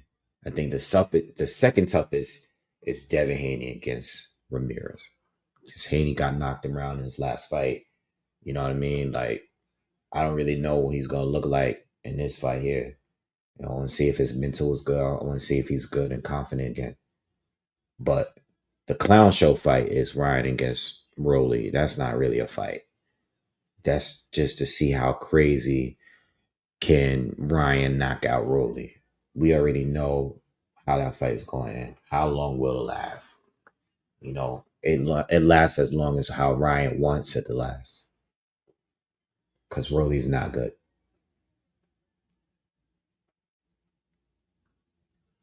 Yeah, I agree. I think Boots beats all three. I think Boots is way bigger than them. He's way more powerful. He has more than enough power to hurt all three. I remember seeing people talking about Teofimo beating him and all that. I think people took his tough fight against Yukajan too seriously.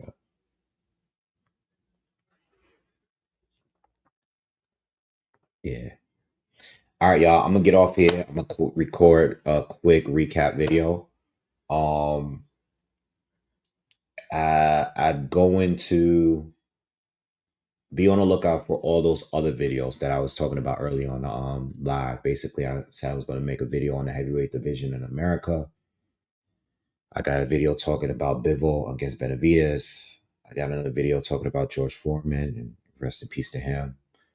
I had a video talking about Crawford, you know, and Hall of Fame thing with Spence, Keith Thurman. I got a lot of videos that I'm going to put out this week. And I'm also going to do, I guess I'm going to do a Eubank Connor Benn breakdown, but I might just do one, but I don't know who's going to win that fight. I really don't, you know, too many unknowns. It's just like, it's just like a fun fight. I don't really take it seriously, you know. It's like that fight reminds me of like a Jake Paul fight, you know, like I'm not like really like into it. Like I want to see it, but like on some fun, having a good time thing, not really like on some serious like, yo, hook from Chris Eubank is, you know, I don't want to be doing all that, you know. So I don't know if I'm gonna do a breakdown for that, but I'll probably talk about it at least. All right, because I really don't know what these guys are gonna come with. I'm not taking it serious. But anyway, I got more content on the way. I'm gonna do a quick recap of this fight tonight, and I'm out here. I'll see y'all real soon. Y'all have a good night. Please smash the thumbs up on your way out. And if you are new, please subscribe to the channel. All right, y'all have a good one. Peace.